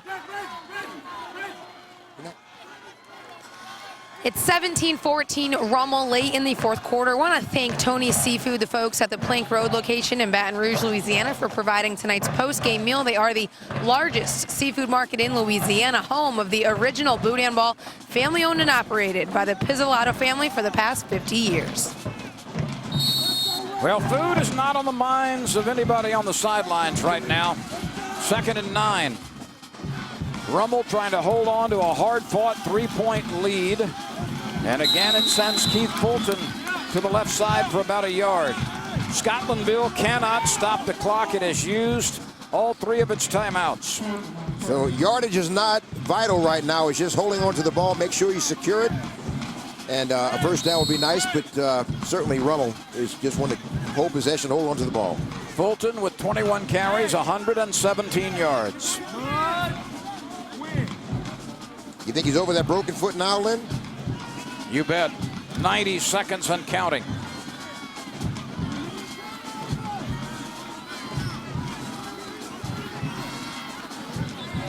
Play clock is down to 1.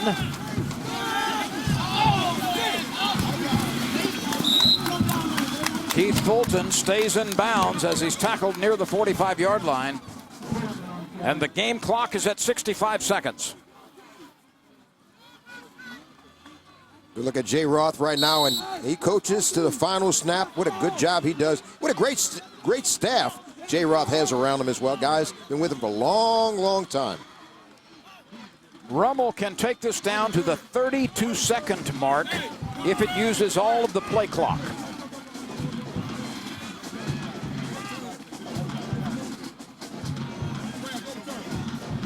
That picture told it all. Now the timeout is called. Actually, a couple of seconds ran off before the clock was stopped in the press box. 31.5 seconds remain. This is their second timeout of the half. Rummel has one more timeout, but it will face 4th down and very long yardage to go. Yeah. Do you punt the ball, Lynn, here, or let or do you try to go for it? And if you do, you shrink the field for the Hornet offense. Interesting. It is interesting. If you don't make it, you probably are going to give the ball to Scotlandville within 60 yards of the end zone and within 40 yards or so of field goal range. I'm thinking punt, but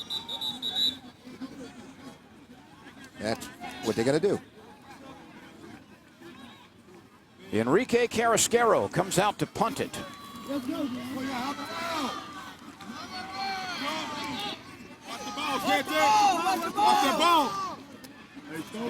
Dontrell Hilliard is back to receive the punt. The deep snap is so important. And it is perfect. And the kick is away. The kick goes out of bounds near the 12-yard line. So you burn 5 or 6 seconds. There is the kicker knocked down, but we do not see a penalty marker. Let's watch the replay and see if Carrasquero was illegally contacted. You see the rush coming from right here. No foul on the play. He was blocked into the kicker. He was blocked. There's no foul on the play. Exactly right. Brandon Phillips was blocking the rush guy, and he accelerated and elevated, I should say, and so he was blocked into the punt. There's no foul. It's a 33-yard punt with no return. And the football is placed on the 12-yard line. I think Marcus Randall might have a play called here from his college days, Lynn. The Bluegrass Miracle to Debry Henderson.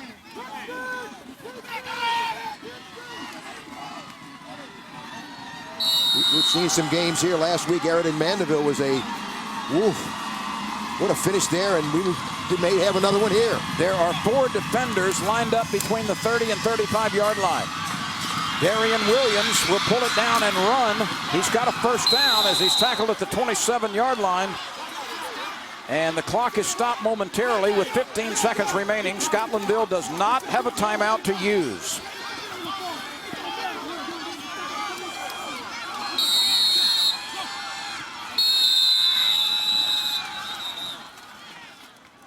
Tick didn't come up to, or one tick. 14 seconds remain on the clock. If you throw something here, you better throw near the sidelines. If you throw in the middle of the field, that could be your last play. Scotlandville cannot stop the clock with a timeout. If anything complete between the, between the numbers on the field, it's got to go for a touchdown, yeah, it's or you need to get out of bounds.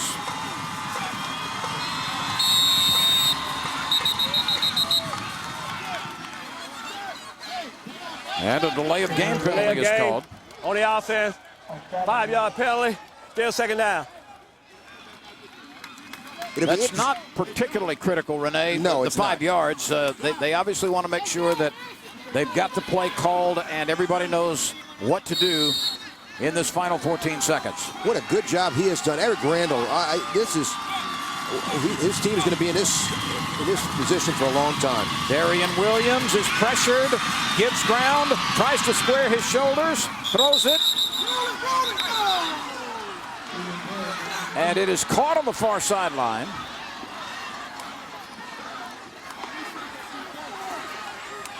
Three and a half seconds remain. And time for one heave.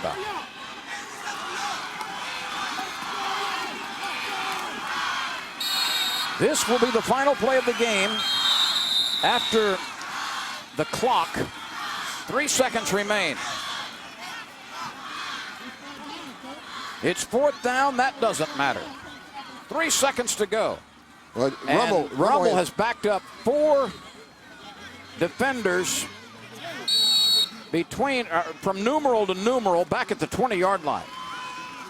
That's like a roadblock back at the 20. You got 2 guys at the 45-yard line of Rummel. They're going to bring 4. They got 3, really. They got one of their defenders at about the 50-yard line, a pair. You see right across here. You see 2 of them there, and there actually are 4 between starting between the numerals and the sideline, all across back at the 20-yard line, and another delay of game penalty is called. You see a 4 right there. You got 1 in a corner here. Delay of game, offense, 5-yard penalty, still 4th down. This may call for a Bluegrass Miracle here, Lynn.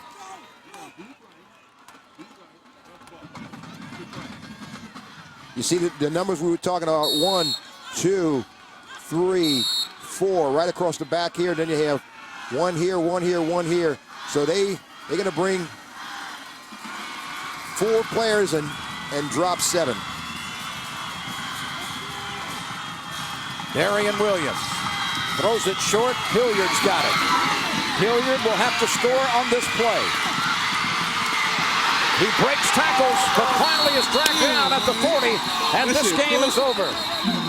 Rummel holds on and wins it, but we do have a penalty marker down. There is a penalty marker. Illegal block in the back, on the offense. Penalty is declined. Ball game. Rummel moves to the semifinal round. A hard-fought 17-14 come from behind win. After yielding 14 straight points early, Rummel fights back and wins it 17-14. Very impressed with both of these teams. Neither one deserved to lose, and you got to feel good about Eric Randall's chances for the future. And Jay Ruth, as he crosses the field, he has a chance to advance towards the dome where he was last year with the state championship. Eric Randall, what a great job he's got. That's two classy guys right wow. there congratulating each other. Eric Randall trying to build a program. Jay Roth trying to sustain excellence and defend a championship. Let's go down to Aaron Cofield. Aaron? Coach, the road to the Dome continues for your team. Just your thoughts on that second half. It doesn't get easy, I tell you that. They were a very good ball club, Scotlandville, very athletic, and we had to fight for our lives to get out of here tonight. But we're glad to be in the Final Four, you know. What do you think it was that really made the difference in the second half? We played with some intensity. I mean, you come on in the first quarter to give up 14 points, sleepwalk through it, you know. We didn't give up many points after the first quarter, so we played with some intensity. Not as well on offense as I would have liked to in the second half, but it was enough to win and get you to the Final Four. Keith Fulton and Ivan Phipps, both a great game running the ball tonight. Just your thoughts on their performances. Well, I got my leader back, and Keith, and they complement each other. They're both good kids. They're unselfish, and they both carry the rock for us. All right, well, they are our New Orleans Saints players of the game. They're standing by with me now. We'll speak with you first, Ivan. Talk to me just about tonight and how excited you all are to continue to be able to play for that state championship again. It feels good, you know. We know how it feels to get into the championship and we want to repeat. So we came out here and played our best. We started off a little slow and got it together afterwards. What are your thoughts on your performance here tonight? It was good. We got a little work to do, but we're going to get better. All right, well, Keith, you've missed, I guess, the second half of the season, but you returned tonight first. How is that foot feeling? Oh, it's feeling good. It's feeling good. It was all for good, you know. It's hard. It was hard sitting out half the season with my senior year, but you know, I just knew if I come to the playoffs, I was gonna be good. What was it like when you got back in the game and you had that touchdown run early on, just to really set the tone and for yourself to know that you feel good? Oh, it was great. You know, I mean, I wanted a touchdown. I told myself I wanted a touchdown. I was just gonna thank God because He put me through a lot, but I knew I was gonna get through it. All right, well, congratulations to both of you. Thank you. Guys. Keith Fulton and Ivan Phipps combining for more than 200 yards rushing. That's exactly what Rummel wanted to do. Renee, this game played out the way we thought it would be. You described it as a heavyweight battle when we started. Indeed, it was. These teams kept exchanging body blows, and Rummel was able to overcome a 14-point deficit early to win it 17-14 and then hung on against a last chance by Scotlandville. And a credit goes to both defenses. Rummel's defense stepped up when they needed to, but Scotlandville really did a good job of making Rummel work for everything they got. Let's look at what is transpiring now in the Division I playoff bracket as Rummel advances. You see St. Augustine with a huge lead over Jesuit. Rummel has defeated Scotlandville and will play the winner of the St. Augustine-Jesuit game. Holy Cross has a 14-point lead over Catholic High in the fourth quarter. And Byrd has shut out Shaw. Byrd will play either Holy Cross or Catholic in the semifinal round. So it's starting to take shape as we are getting very close to the semifinals. Right now, Renee, it looks like Rummel and St. Augustine will play, and Byrd will also be in the other semifinal game. That'll be an interesting matchup between St. Augustine and Rummel. They've played before. St. Augustine beat them the first time they played this year. Don't sell Holy Cross short. Barry Wilson has a team playing very well, and Byrd, we've done a game with them. That is a tough team offensively and defensively. Our next telecast in the playoffs will be determined very early in the week. You can go to LHSAA.org to find out where we will be. For Aaron Cofield and Renee Nadeau, I'm Lynn Rollins, and for all of us at Fox Sport New Orleans, we thank you for watching as Rummel advances to the semifinals in the Division I playoff bracket with a 17-14 win over Scotlandville. Good night from all of us in Baton Rouge, Louisiana.